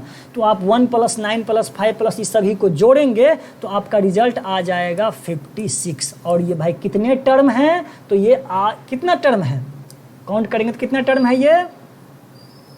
1 2 3 4 5 6 7 8 9 10 11 12 13 14 पद है, यानी 14, यानी सम ऑफ डाटा बट्टे नंबर ऑफ डाटा।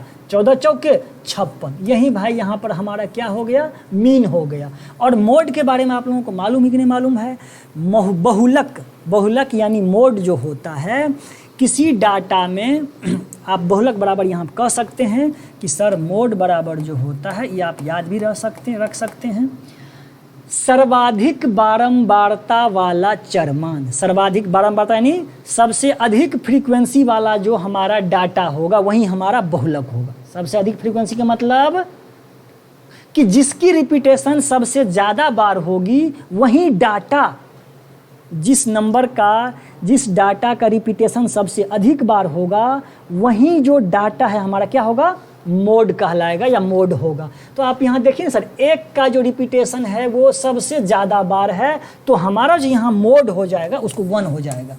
जिसकी रिपीटेशन ज़्यादा बार हो, यानी आप इसको इस तरह से याद रख सकते हैं, मोड बराबर कि सर्वाधिक बारंबारता, सर्वाधिक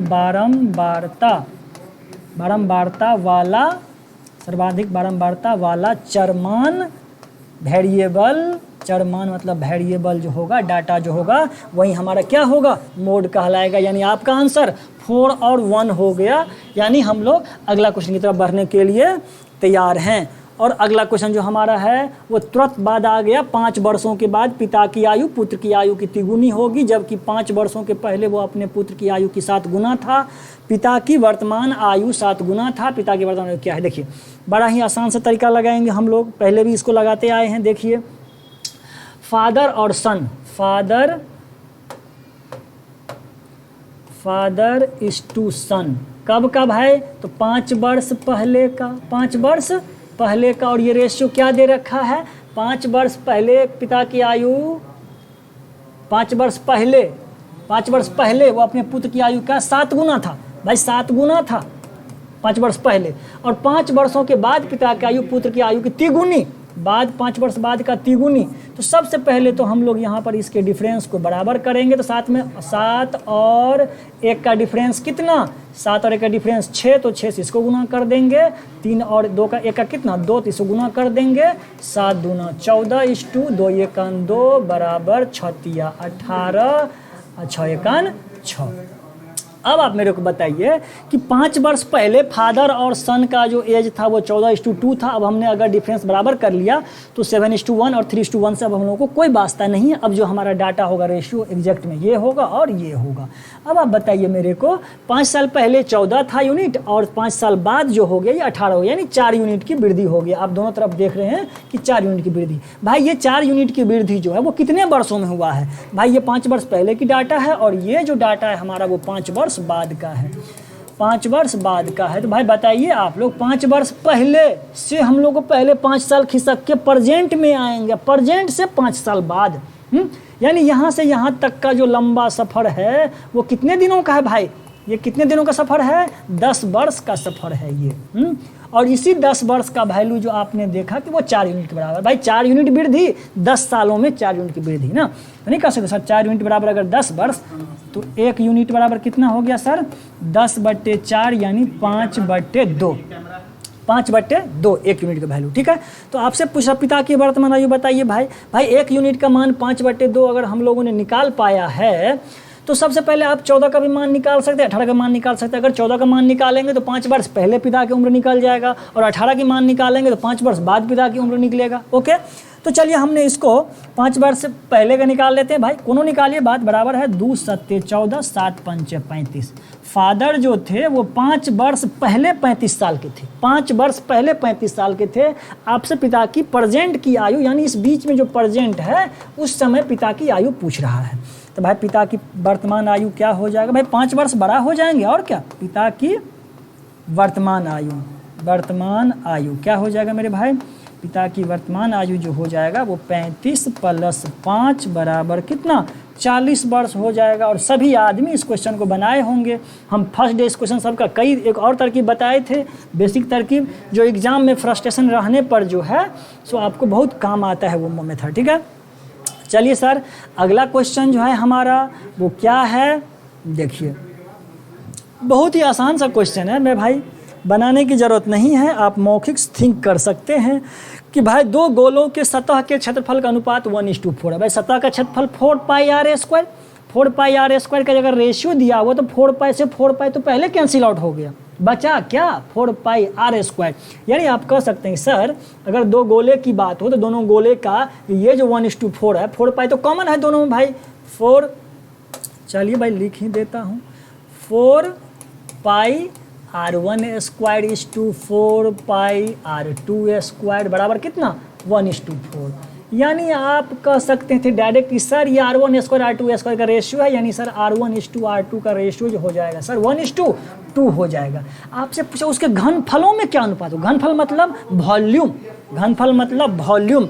तो वॉल्यूम का अगर रेशियो पूछ रहा है आपसे तो यानी घन का गोले का आयतन 4/3πr1³ 4/3πr2³ भाई 4/3π तो दोनों में कॉमन है। यानी अगर आपको घनफल का रेशियो बोल रहा है v1:v2 का रेशियो पूछ रहा है तो आप डायरेक्ट जो रेडियस होगा रेडियस का केवल क्यूब कर दीजिए और इस द आपका आंसर आ जाएगा सर 1:8 आ जाएगा सर। यही हमारा आंसर। बहुत आसान था ये। चलिए अगला क्वेश्चन की तरफ चलते हैं हम लोग। 56 नंबर सर देखिए सिर्फ कैलकुलेशन है, बनाने की आपको ज़रूरत नहीं है, बट देखिए मैं आपको दिखा रहा हूँ कि √b बराबर दे रखा है 4a। तो आप ऐसा नहीं कर सकते कि सर a/√b का मान कितना हो गया, तो हम कहेंगे बाबू 1/4 हो गया। देखिए तब ना 4a जाएगा और ये √b अकेले जाएगा, ऐसा लिख सकते हैं इसको कि नहीं। और आप देख रहे हैं कि सर a² b का मान आपसे पूछा जा रहा है, तो यानी क्या करेंगे एक बार वर्ग कर देंगे और क्या करेंगे, तो वर्ग कर दीजिए एक बार, ये स्क्वायर हो जाएगा, ये भी स्क्वायर हो जाएगा, यानी a²/b = हमारा रिजल्ट हो गया 1/16 is the right answer. Okay sir, चलिए हम लोग आगामी और बेहतरीन क्लास आप लोगों के लिए लाते रहेंगे, बहुत मज़ा आएगा पढ़ने में। देखिए सर पढ़ाने में मेरे को मज़ा आएगा और आप लोगों को पढ़ने में मज़ा आएगा। 61 नंबर क्वेश्चन की बात करें तो कंसेप्ट भी होता है, बहुत बच्चे कन्फ्यूज हो गए इसमें क्या कंसेप्ट लगाएं। भाई वही कंसेप्ट लगाइए, सक्सेसिव 25% की वृद्धि होने पर कोई व्यक्ति उसको आने वाले खर्च कितने परसेंट से बढ़ा या घटा दे कि उसकी खपत 20% बढ़ जाए। भाई उधर भी वृद्धि इधर भी वृद्धि, तो सक्सेसिव इंक्रीमेंट लगा दीजिए ना जी, एकदम आंसर आ जाएगा। बट आंसर की ही बात नहीं है भाई, हम आपको बेसिक भी बता देते हैं, चर्चा कर देते हैं। देखिए क्या है, 25% वृद्धि उधर हुआ और 20% की वृद्धि इधर हुआ। भाई सक्सेसिव कैसे लगाते हैं, 25 + 20 + 25 गुने 20/100। 25 चौका 4 पंचे 20, यानी 25 और 20 और 5 यानी कितना हो गया भाई, 50% की वृद्धि हो जाएगी। 1 लाइन में इसका जवाब दे सकते हैं। तो जब आप लोग प्रैक्टिस रहेगा तो आपको ये पता चलेगा कि सर कहाँ पर सक्सेसिव लगाना है, कहाँ पर नहीं लगाना। देखिए अगर बेसिक से सोचे इस बातों को हम लोग, अगर बेसिक से इसी क्वेश्चन को हम लोग सोचते हैं तो यही ना सोचेंगे। देखिए तो मेरे प्यारे दोस्तों क्या सोचेंगे हम लोग यहाँ पर, क्या सोचेंगे, देखिए अरे यहाँ आ जाओ यार, क्या सोचेंगे, सपोज करेंगे कि सर पहले जो है 100 रुपया में और 100 केजी चीनी या जो कुछ भी मिल रहा था, 100 रुपये में 100 केजी। अब क्या हुआ, मूल्य में 25% की वृद्धि हो गया। मूल्य में 25% की वृद्धि होने का ये मतलब हुआ मेरे दोस्त कि अब जो है 100 केजी चीनी जो है मेरे को वो 125 रुपया में मिलने वाला है या मिल रहा है मार्केट में, ये नहीं कहने का मतलब हुआ। बट आपको यहाँ देखिए थोड़ा सा अनोखा कर दिया है, आप जो जितना बुक में या सेट में बनाए होंगे उससे थोड़ा सा कुछ नया कर दिया है। यहाँ पर कोई व्यक्ति उस पर आने वाले खर्च को कितने प्रतिशत से बढ़ा दे, आने वाले खर्च को कितने प्रतिशत से बढ़ा दे कि उसकी खपत 20% बढ़ जाए। भाई खपत 20% मतलब कि पहले हम 100 केजी चीनी खपत कर रहे थे, 20% खपत बढ़ जाए तो 100 केजी का अगर हम 20% बढ़ा के बोलेंगे, यानी वो कह रहा है कि 120 केजी चीनी खपत करो मेरे भाई, ठीक है, 120 केजी। और अगर 125 रुपया में 100 केजी चीनी अभी मिल रहा है तो आप मेरे को ये बताइए कि 120 केजी चीनी का दाम क्या होगा। तो आप ऐसे भी निकाल सकते हैं सर 100 केजी का अभी दाम है 125 रुपया, तो 120 केजी का दाम क्या हो जाएगा बताइए आप। तो 125/100 × 120, ठीक है। 25 पंचे 25 चौका 4 से काट दिया, 4 तिया 12। अब देखिए 30 पंचे 150 रुपया। भाई 120 केजी अगर हम अपने खपत को 20% बढ़ाना चाहते हैं, यानी 120 केजी खरीदना चाहते हैं तो 150 रुपया देना होगा। तो वहीं तो आपसे पूछ रहा था कि बढ़ा या घटा दे तो उसकी खपत 20% बढ़ जाए, आने वाले खर्च को कितने प्रतिशत से बढ़ा या घटा दे। तो भाई आने वाले खर्च को कितने परसेंट से 150 रुपया कर दिया, यानी 100 खपत था और 150 रुपया खपत करेगा तब जाके ऐसा बात होगा। यानी आप कह सकते हैं कि सर 50%, 100 से 150 होना है, नहीं 50% की वृद्धि। तो क्यों हम ऐसे समझेंगे, ये आपको समझाने के लिए था। इस तरह के सवाल जब भी आए तो हम लोग क्या लगाएंगे, सक्सेसिव मेथड लगाएंगे मेरे दोस्तों, ठीक है। चलिए अगला क्वेश्चन की तरफ हम लोग चलते हैं। क्या है अगला क्वेश्चन हम लोगों का, देखिए अगला क्वेश्चन की तरफ चलते हैं हम लोग। और अगला क्वेश्चन हम लोगों का देखिए स्क्रीन पर पसर गया भाई, देख लीजिए, आप लोग पढ़े भी होंगे, प्रैक्टिस किए होंगे। देखिए चलिए आते हैं हम लोग। क्या बोल रहा है, एक व्यापारी ने 5 किलोग्राम चावल 75 रुपये प्रति केजी की दर से तथा 10 किलोग्राम चावल 100 रुपये प्रति केजी की दर से खरीदा।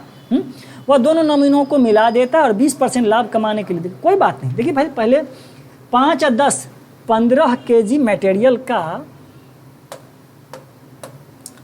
15 केजी मटेरियल का भाई सीपी, 15 केजी का सीपी होगा कितना भाई, तो 5 × 75, 5 × 75 प्लस 10 गुने 100, 10 गुने 100, यही तो हमारा कॉस्ट प्राइस हो गया मेरे दोस्त। देखिए तो कैसे गुना करेंगे भाई, 75 दहन के 7 से 50 होता है, 5 से गुना करें 7 से 50 का था, यानी 350 और 25 यानी 375 प्लस 1000 है, यानी 1375 रुपया जो हो गया मेरे दोस्त, वो आपके सारे अनाज का कॉस्ट प्राइस है। वह दोनों नमूनों को मिक्स कर दिया तो 1375 रुपया में खरीदा था और 20% लाभ चाहता है, यानी 120/100 इतना में वो बेचना चाहता है सभी अनाज को। तो आपको बोला उस मिश्रण को कितने रुपये प्रति किलोग्राम, प्रति केजी मतलब 1 केजी का दाम पूछा, टोटल कितना 15 केजी है, और इसको सोल्व कर दीजिए और यही हमारा आंसर हो जाएगा। समझ पा रहे हैं?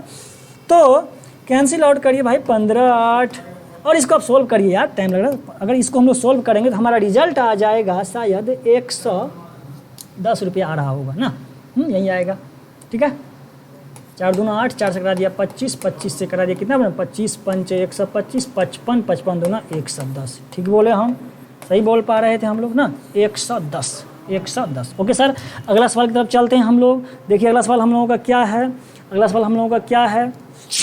अगला सवाल जो हम लोगों के स्क्रीन पर देखिए पसरा हुआ है भाई, वो किधर पसरा हुआ है, किधर है भाई। देखिए ये जो 71 नंबर क्वेश्चन है, ये भी सवाल काफ़ी अच्छा क्वेश्चन है। यहाँ पर इस तरह का सवाल जब भी आएगा हम लोग क्या लिखेंगे, इस तरह का सवाल जब भी आएगा तो यहाँ पर सबसे पहला काम करेंगे हम लोग लाभांश, प्रॉफिट, लाभांश का अनुपात, लाभांश का अनुपात लिखेंगे मेरे दोस्तों। क्या बोल रहा है, ABC साझेदार में एक लघु उद्योग की स्थापना करते हैं, एक की कुल पूंजी का 1/4 भाग 1/5 समय के लिए है। भाई देखिए लाभांश का अनुपात कैसे निकलता है, हम लोग बताए थे। जो इन्वेस्टमेंट होता है और जितना समय के लिए इन्वेस्टमेंट होता है, इन्वेस्टमेंट और इन्वेस्टमेंट का जो पीरियड होता है, उस दोनों का जो प्रोडक्ट होता है वो प्रॉफिट का रेशियो देता है। ठीक है सर, तो 1/4 मल्टीप्लाई 1/5 यही हो गया भाई पहले के बारे में। दूसरे के बारे में बोला B की कुल पूंजी का 1/3 भाग 1/4 समय के लिए, ये रेशियो 1/3 भाग 1/4 समय के लिए 1/4, ये B का हो गया। और C के बारे में क्या बोल रहा है, C शेष पूंजी, शेष समय के लिए लगाता। भाई शेष पूंजी तो भाई 1/4 इन्वेस्ट किया A, 1/3 भाग इन्वेस्ट किया B, तो 1/4 प्लस 1/3 को ऐड करेंगे तो 4 तिया 12, ठीक है, 4 तिया 3 चौका 4 3 7/12, 4 तिया 3 चौका 4 3 7/12 भाग ये हो गया। तो रेस्ट क्या बचेगा भाई, 5/12 भाग बचेगा। क्या बचेगा, 5/12 भाग जो पूंजी बचेगा वो C के लिए बचेगा। समय का देखिए 1/5, 1/4, 5 चौका 20 हमारा एलसीएम हो गया, 5 चौके 4 पंचे 5 4 9/20, यानी रेस्ट जो समय बच गया वो 11/20। तो आप जानते हैं कि C का जो इन्वेस्टमेंट हो गया वो 5/12 पार्ट, और इन्वेस्टमेंट का जो टाइम हो गया वो 11/20 भाग। अब सबका investment time, investment into time, investment into time बराबर प्रॉफिट का रेशियो। सोल्व कर दीजिए मेरे दोस्त, 1/20, 1/12 है, और 5 चौके 20 ना, तो कितना हो गया 11/12 चौक 48। अच्छा एक काम करिए ना, कैंसिल आउट मत करिए। क्या करिए, कैंसिल आउट अगर आप नहीं करते हैं दोस्त तो ये क्या फ़ायदा होता है इससे देखिए। कैंसिल आउट नहीं करते हैं तो 5/12 गुने 11 कितना था 20 ना, 11/20। कैंसिल आउट अगर हम लोग नहीं करते हैं तो हमने देखा कि 11 पच्चे 55 कितना लग गया सर, 12 दूना 24, 240। तो 20 12 240 का अगर हम लोग एलसीएम लेते, एलसीएम कितना 240 हो जाएगा, 0 से 0 खत्म, यानी कितना 12, 12 दूना 24 ये कितना 20, और ये कितना हो जाएगा 55। ठीक है सर, तो ये रेशियो निकल गया कितना, प्रॉफिट का रेशियो निकल गया, जबकि टोटल प्रॉफिट कितना है 17,400। तो क्या करेंगे 17,400 बट्टे सब इसको ऐड करेंगे, अगर 20 10 30 2 32, 32 और 55 को जोड़िए तो कितना हो जाएगा 32 और 55 को अगर हम लोग ऐड कर लेते तो 5 2 7 5 3 8 87 हो गया। और 87 टू जा जो होता है वो 174 होता है, यानी 200। अब किसका वैल्यू पूछ रहा है आपसे, पूछ रहा है कि B का हिस्सा क्या है, यानी 20 है, यही B का हिस्सा निकल गया। ठीक है, 2 दूना 4, कितना हो गया 4,000 रुपया हमारा आंसर हो गया। ठीक है, यही हमारा प्रोसेस है, लगाइए इसको। अगला क्वेश्चन पे हम लोग बढ़ते हैं, अगला क्वेश्चन की तरफ हम लोग बढ़ते हैं। तो किधर है हम लोगों का अगला क्वेश्चन, देखिए अब किधर ख़त्म होने के कगार पे आ गया क्या। देखिए एक मौखिक क्वेश्चन है, उस पर भी हम एक बार जिक्र कर देते हैं। मौखिक क्वेश्चन है हम लोगों का, क्या है कि 2 अंकों की संख्या अंकों के योग से 3 गुना है तथा संख्या में 45 जोड़ने पर प्राप्त संख्या में अंकों के स्थान का क्रम पलट जाता है। पहला स्टेटमेंट क्या बोला कि 2 अंकों की संख्या अंकों के योग से 3 गुना है, भाई 3 गुना कहाँ है? ये नहीं यहाँ है, नहीं यहाँ है, नहीं यहाँ है, केवल एक जगह है। 7 दूनी 9, अंकों का जोड़ 9 और 9 तिया 27, यही तो 3 गुना है। तो और कोई डाटा क्यों चेक करें जब तीनों डाटा में ऐसा कोई पहला स्टेटमेंट फिट ही नहीं कर रहा है, यानी यही विकल्प C is the right answer. Okay friends, चलिए अगला क्वेश्चन की तरफ चलते हैं हम लोग। और अगला क्वेश्चन हम लोगों का क्या है? अगला क्वेश्चन जो हम लोगों का है वो देख लीजिए, 80 नंबर आपके सामने अगला क्वेश्चन है। ये भी LCM SCF चैप्टर से है और बहुत ही प्यारा क्वेश्चन है, आसान क्वेश्चन है। वह सबसे छोटी संख्या बताइए, वह सबसे छोटी से छोटी संख्या बताइए जिसे 8, 9, 12, 15 से विभाजित करने पर प्रत्येक इस मामले में एक शेष बचे। इस कंडीशन में हम लोग क्या करेंगे? 8, 9, 12 15 का क्या करते हैं सर? LCM लेते हैं और हम इसका LCM निकाल पा रहे हैं कि इसका LCM जो हम लोगों का हो जाएगा वो 360 हो जाएगा। बट सवाल में क्या कर रहा है कि इतना इतना से विभाजित करने में प्रत्येक मामले में एक शेष बचे। भाई अगर ये इसका LCM है, इससे भाग लगाएंगे, इस सब में LCM है तो पूरे पूरे काट देगा, तो शेष कहाँ बच रहा है? एक। तो रिक्वायर्ड नंबर जो हो जाएगा हमारा, आवश्यक नंबर, रिक्वायर्ड नंबर जो हो जाएगा हमारा, जो शेष बोल रहा है वो इसमें हम लोग कितना क्या करेंगे? ऐड कर लेंगे और इस प्रकार हमारा रिजल्ट 361 हो गया। ठीक है, अगला क्वेश्चन की तरफ चलते हैं हम लोग। और अगला क्वेश्चन हम लोगों का कहाँ से है आ रहा है? देखिए अगला क्वेश्चन जो हम लोगों का आ रहा है वो कहाँ है? अगला क्वेश्चन देखिए हम लोगों का, अगला क्वेश्चन हम लोगों का 86 नंबर पे आ गए। देखिए 86 नंबर जो क्वेश्चन हम लोगों का अगला वो क्या है? सर्च इंडिसेस का है। सबसे पहला काम क्या करिए आप, 5√2 का मतलब क्या होता है? 5 का पावर 3/2, 5 का पावर 3/2। 5√5 का मतलब 5 का पावर 3/2। क्यों? तो यहाँ पावर 1 का रूट का मतलब 1/2, पावर बेस सेम है, पावर जुट जाएगा। 1 और 1.5, 1 और आधा कितना? 1.5, यानी 3/2 है, गुना गुना कितना है? गुना में गुना 5 का पावर 3 और भाग है मेरे दोस्त, तो भाग वाला नीचे आ जाएगा 5 का पावर -3/2 और बराबर में रिजल्ट क्या है? 5 टू दी पावर a+2। वो 5 के पावर होना चाहिए दोस्त, याद रखिएगा।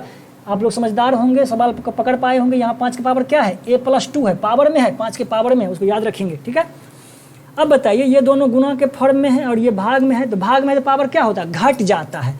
तो चूंकि सेम बेस है 5, 5, 5, तो हम एक ही बार में कह सकते हैं सर 5 के पावर हो जाएगा 3/2 + 3 और ये घट जाएगा -3/2 यानी +3/2 हो जाएगा और बराबर में 5 के पावर a+2 होगा। वो इंटू में नहीं है, वो पावर है, याद रखिएगा आप लोग। मिस्टेक हो गए यहाँ लिखने में, कोई बात नहीं। 1.5, 3 और 3 6, 5 का पावर 6 बराबर 5 का पावर a+2, यानी बेस से बेस कैंसिल आउट, ए बराबर कितना? 4 हो गया हमारा आंसर मेरे प्यारे दोस्तों। ठीक है, बहुत आसान क्वेश्चन था। चलिए हम लोग अगला क्वेश्चन की तरफ चलते हैं। अगला क्वेश्चन हम लोगों का कहाँ से आ रहा है? देखिए अगला क्वेश्चन जो हम लोगों का आ रहा है वो देखिए बहुत ही प्यारा क्वेश्चन है, कम्प्लेक्स नंबर का, जो आप लोग 12 में पढ़ते होंगे अलजेब्रा में। कम्प्लेक्स नंबर माने सम्मिश्र संख्या। क्या क्वेश्चन है हम लोगों का? यहाँ क्या बन रहा है क्वेश्चन? देखिएगा सर, क्वेश्चन जो यहाँ पे हम लोगों का बन रहा है वो है कि 1 - i अपॉन 1 + i, ठीक है, और इसका क्या दिया हुआ है? Whole square. ठीक है, तो आप सबसे पहले जान रखिए, आप लोग याद रखिए, या इस सवाल को सोल्व करने के लिए एक बात है तो आपको जानना पड़ेगा कि i का मतलब होता है इमेजनरी नंबर।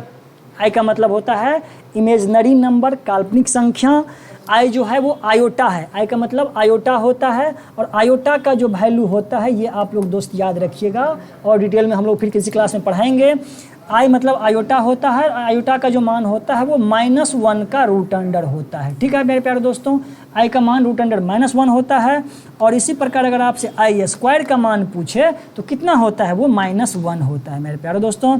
और iq का मान पूछे आपसे तो क्या कहेंगे कि सर i² × i बराबर iq। i² का मान अगर -i होता है और ये i है तो हम कह सकते हैं सर कि iq का मान -i होता है। ये बातें आप लोग याद रखिएगा मेरे प्यारे दोस्तों। i मतलब आयोटा होता है और आयोटा का मान -√1 होता है। अगर इसको i² कर दें तो -1 होता है, iq कर दें तो -i होता है। इन बातों को आप लोग याद रखिएगा इस चैप्टर के लिए। ठीक है, अभी जो हमारा सवाल आ रहा है वो ये सवाल आ रहा है, बोला इसका मान क्या होगा। तो भाई जब ही ऐसा स्टेटमेंट आए तो सबसे पहले आप क्या करेंगे, इसका रेशनलाइज करेंगे। तो कैसे रेशनलाइज करेंगे हम लोग, तो 1 माइनस आई अपॉन 1 प्लस आई। जब रेशनलाइजेशन की बारी हो तो हम बोले थे इसके कंजुगेट से गुना और भाग करना है। तो 1 प्लस आई का कंजुगेट 1 माइनस आई अपॉन 1 माइनस आई, यही ना हुआ रेशनलाइज। पावर स्क्वायर है तो स्क्वायर, चलिए कोई बात नहीं। 1 माइनस आई 1 माइनस आई, तो 1 माइनस आई का होल स्क्वायर तोड़ने में आप लोग एक्सपर्ट हैं। ए स्क्वायर तो 1 हो जाएगा, माइनस 2ab यानी माइनस 2i हो जाएगा, अब प्लस बी स्क्वायर की बात आएगा तो आई स्क्वायर हो जाएगा। नीचे क्या देख रहे हैं, A plus B into A minus B, A square minus B square, 1 minus B square मतलब आई स्क्वायर, बी स्क्वायर मतलब आई स्क्वायर। अब आप ये बताइए मेरे को आई स्क्वायर का मान क्या होता है, आई स्क्वायर का मान क्या होता है, -1 होता है। अगर आई स्क्वायर -1 होता है तो ये 1 और ये -1 कैंसिल आउट। ऊपर क्या बच गया हम लोगों को दोस्त, ऊपर क्या बच गया हम लोगों का, देखिए यहाँ पर -2i बच गया, -2i बच गया, और नीचे क्या बच गया 1 माइनस आई स्क्वायर। आई स्क्वायर का मान -1 होता है, तो -1 अब माइनस माइनस माइनस प्लस 1 1 2, कितना हो गया 1 1 2 हो गया इसका रिजल्टेंट।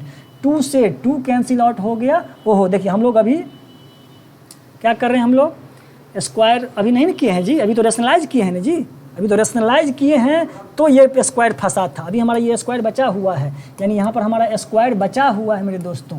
तो क्या बच गया, 2 से 2 खत्म, माइनस आई, और जब ये माइनस आई का दोस्त हम लोग स्क्वायर करेंगे, माइनस का स्क्वायर प्लस हो गया, आई स्क्वायर, आई का मतलब आई स्क्वायर हो गया, और आई स्क्वायर का मान -1 होता है, इसीलिए आपका यहाँ रिजल्ट ए नंबर हो जाएगा। समझ पा रहे हैं। हम लोग अगले क्लास में और टाइम लेकिन बातों को चर्चा करेंगे। ये बहुत ही प्यारा क्वेश्चन है और रेलवे के लिए खासा इंपॉर्टेंट है। 91 नंबर क्वेश्चन पर देखिए आप लोग क्या लॉजिक सोचेंगे।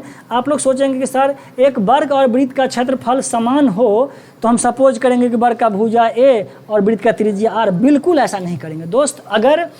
अगर वर्ग और वृत्त का क्षेत्रफल समान दिया है तो कोई भी क्षेत्रफल आप सपोज कर लीजिए। एक वर्ग और एक वृत्त का समान क्षेत्रफल है तो आप एक क्षेत्रफल मान लीजिए, 2 मान लीजिए, 3 मान लीजिए, 4 मान लीजिए, 13 मान लीजिए, 100 मान लीजिए, 200 मान लीजिए, कुछ भी अगर आप क्षेत्रफल मानेंगे तो उस स्टेटमेंट पर इस सवाल को बनाया जा सकता है। अगर हमने सपोज कर लिया कि एक वर्ग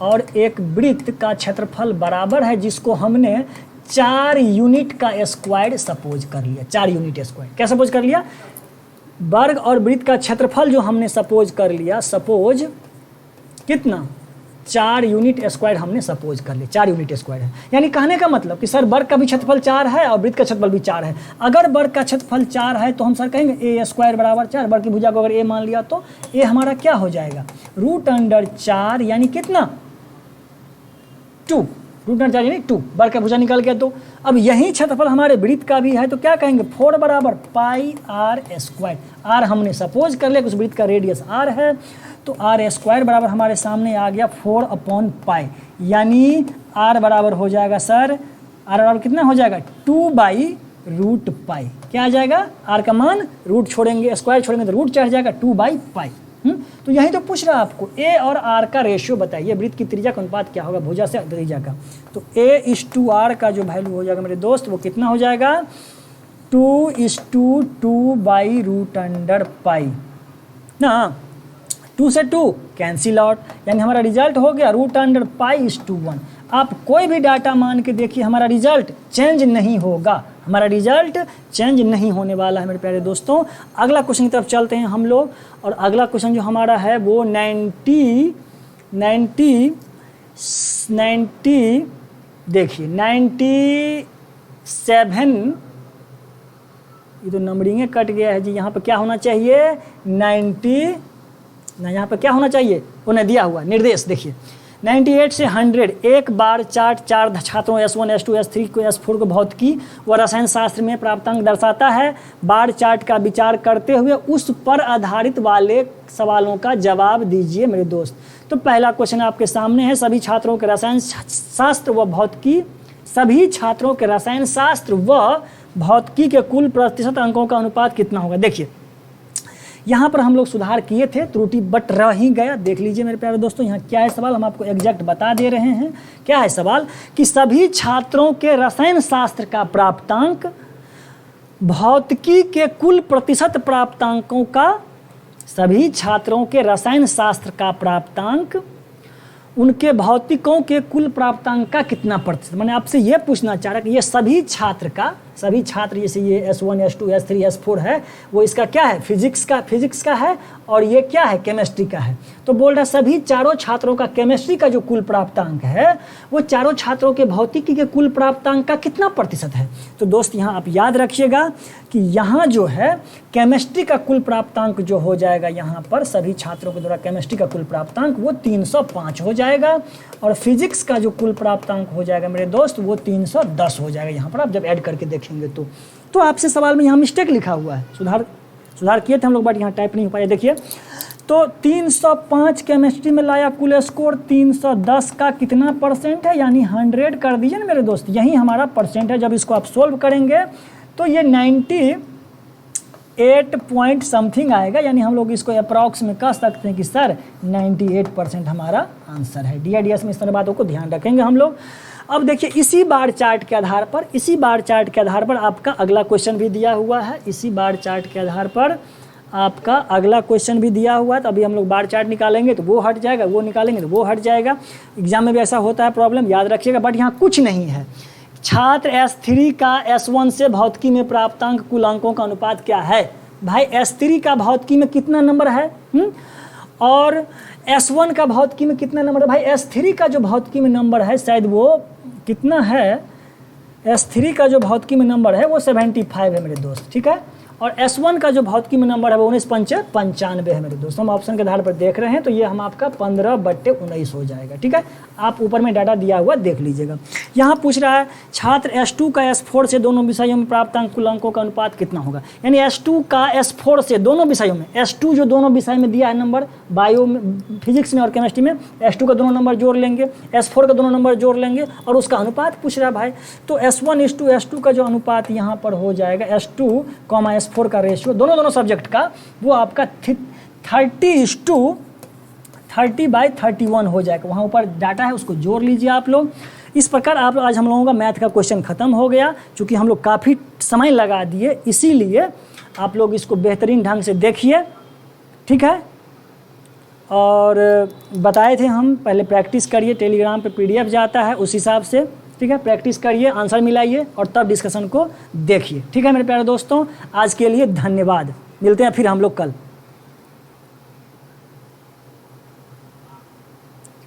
स्टॉप।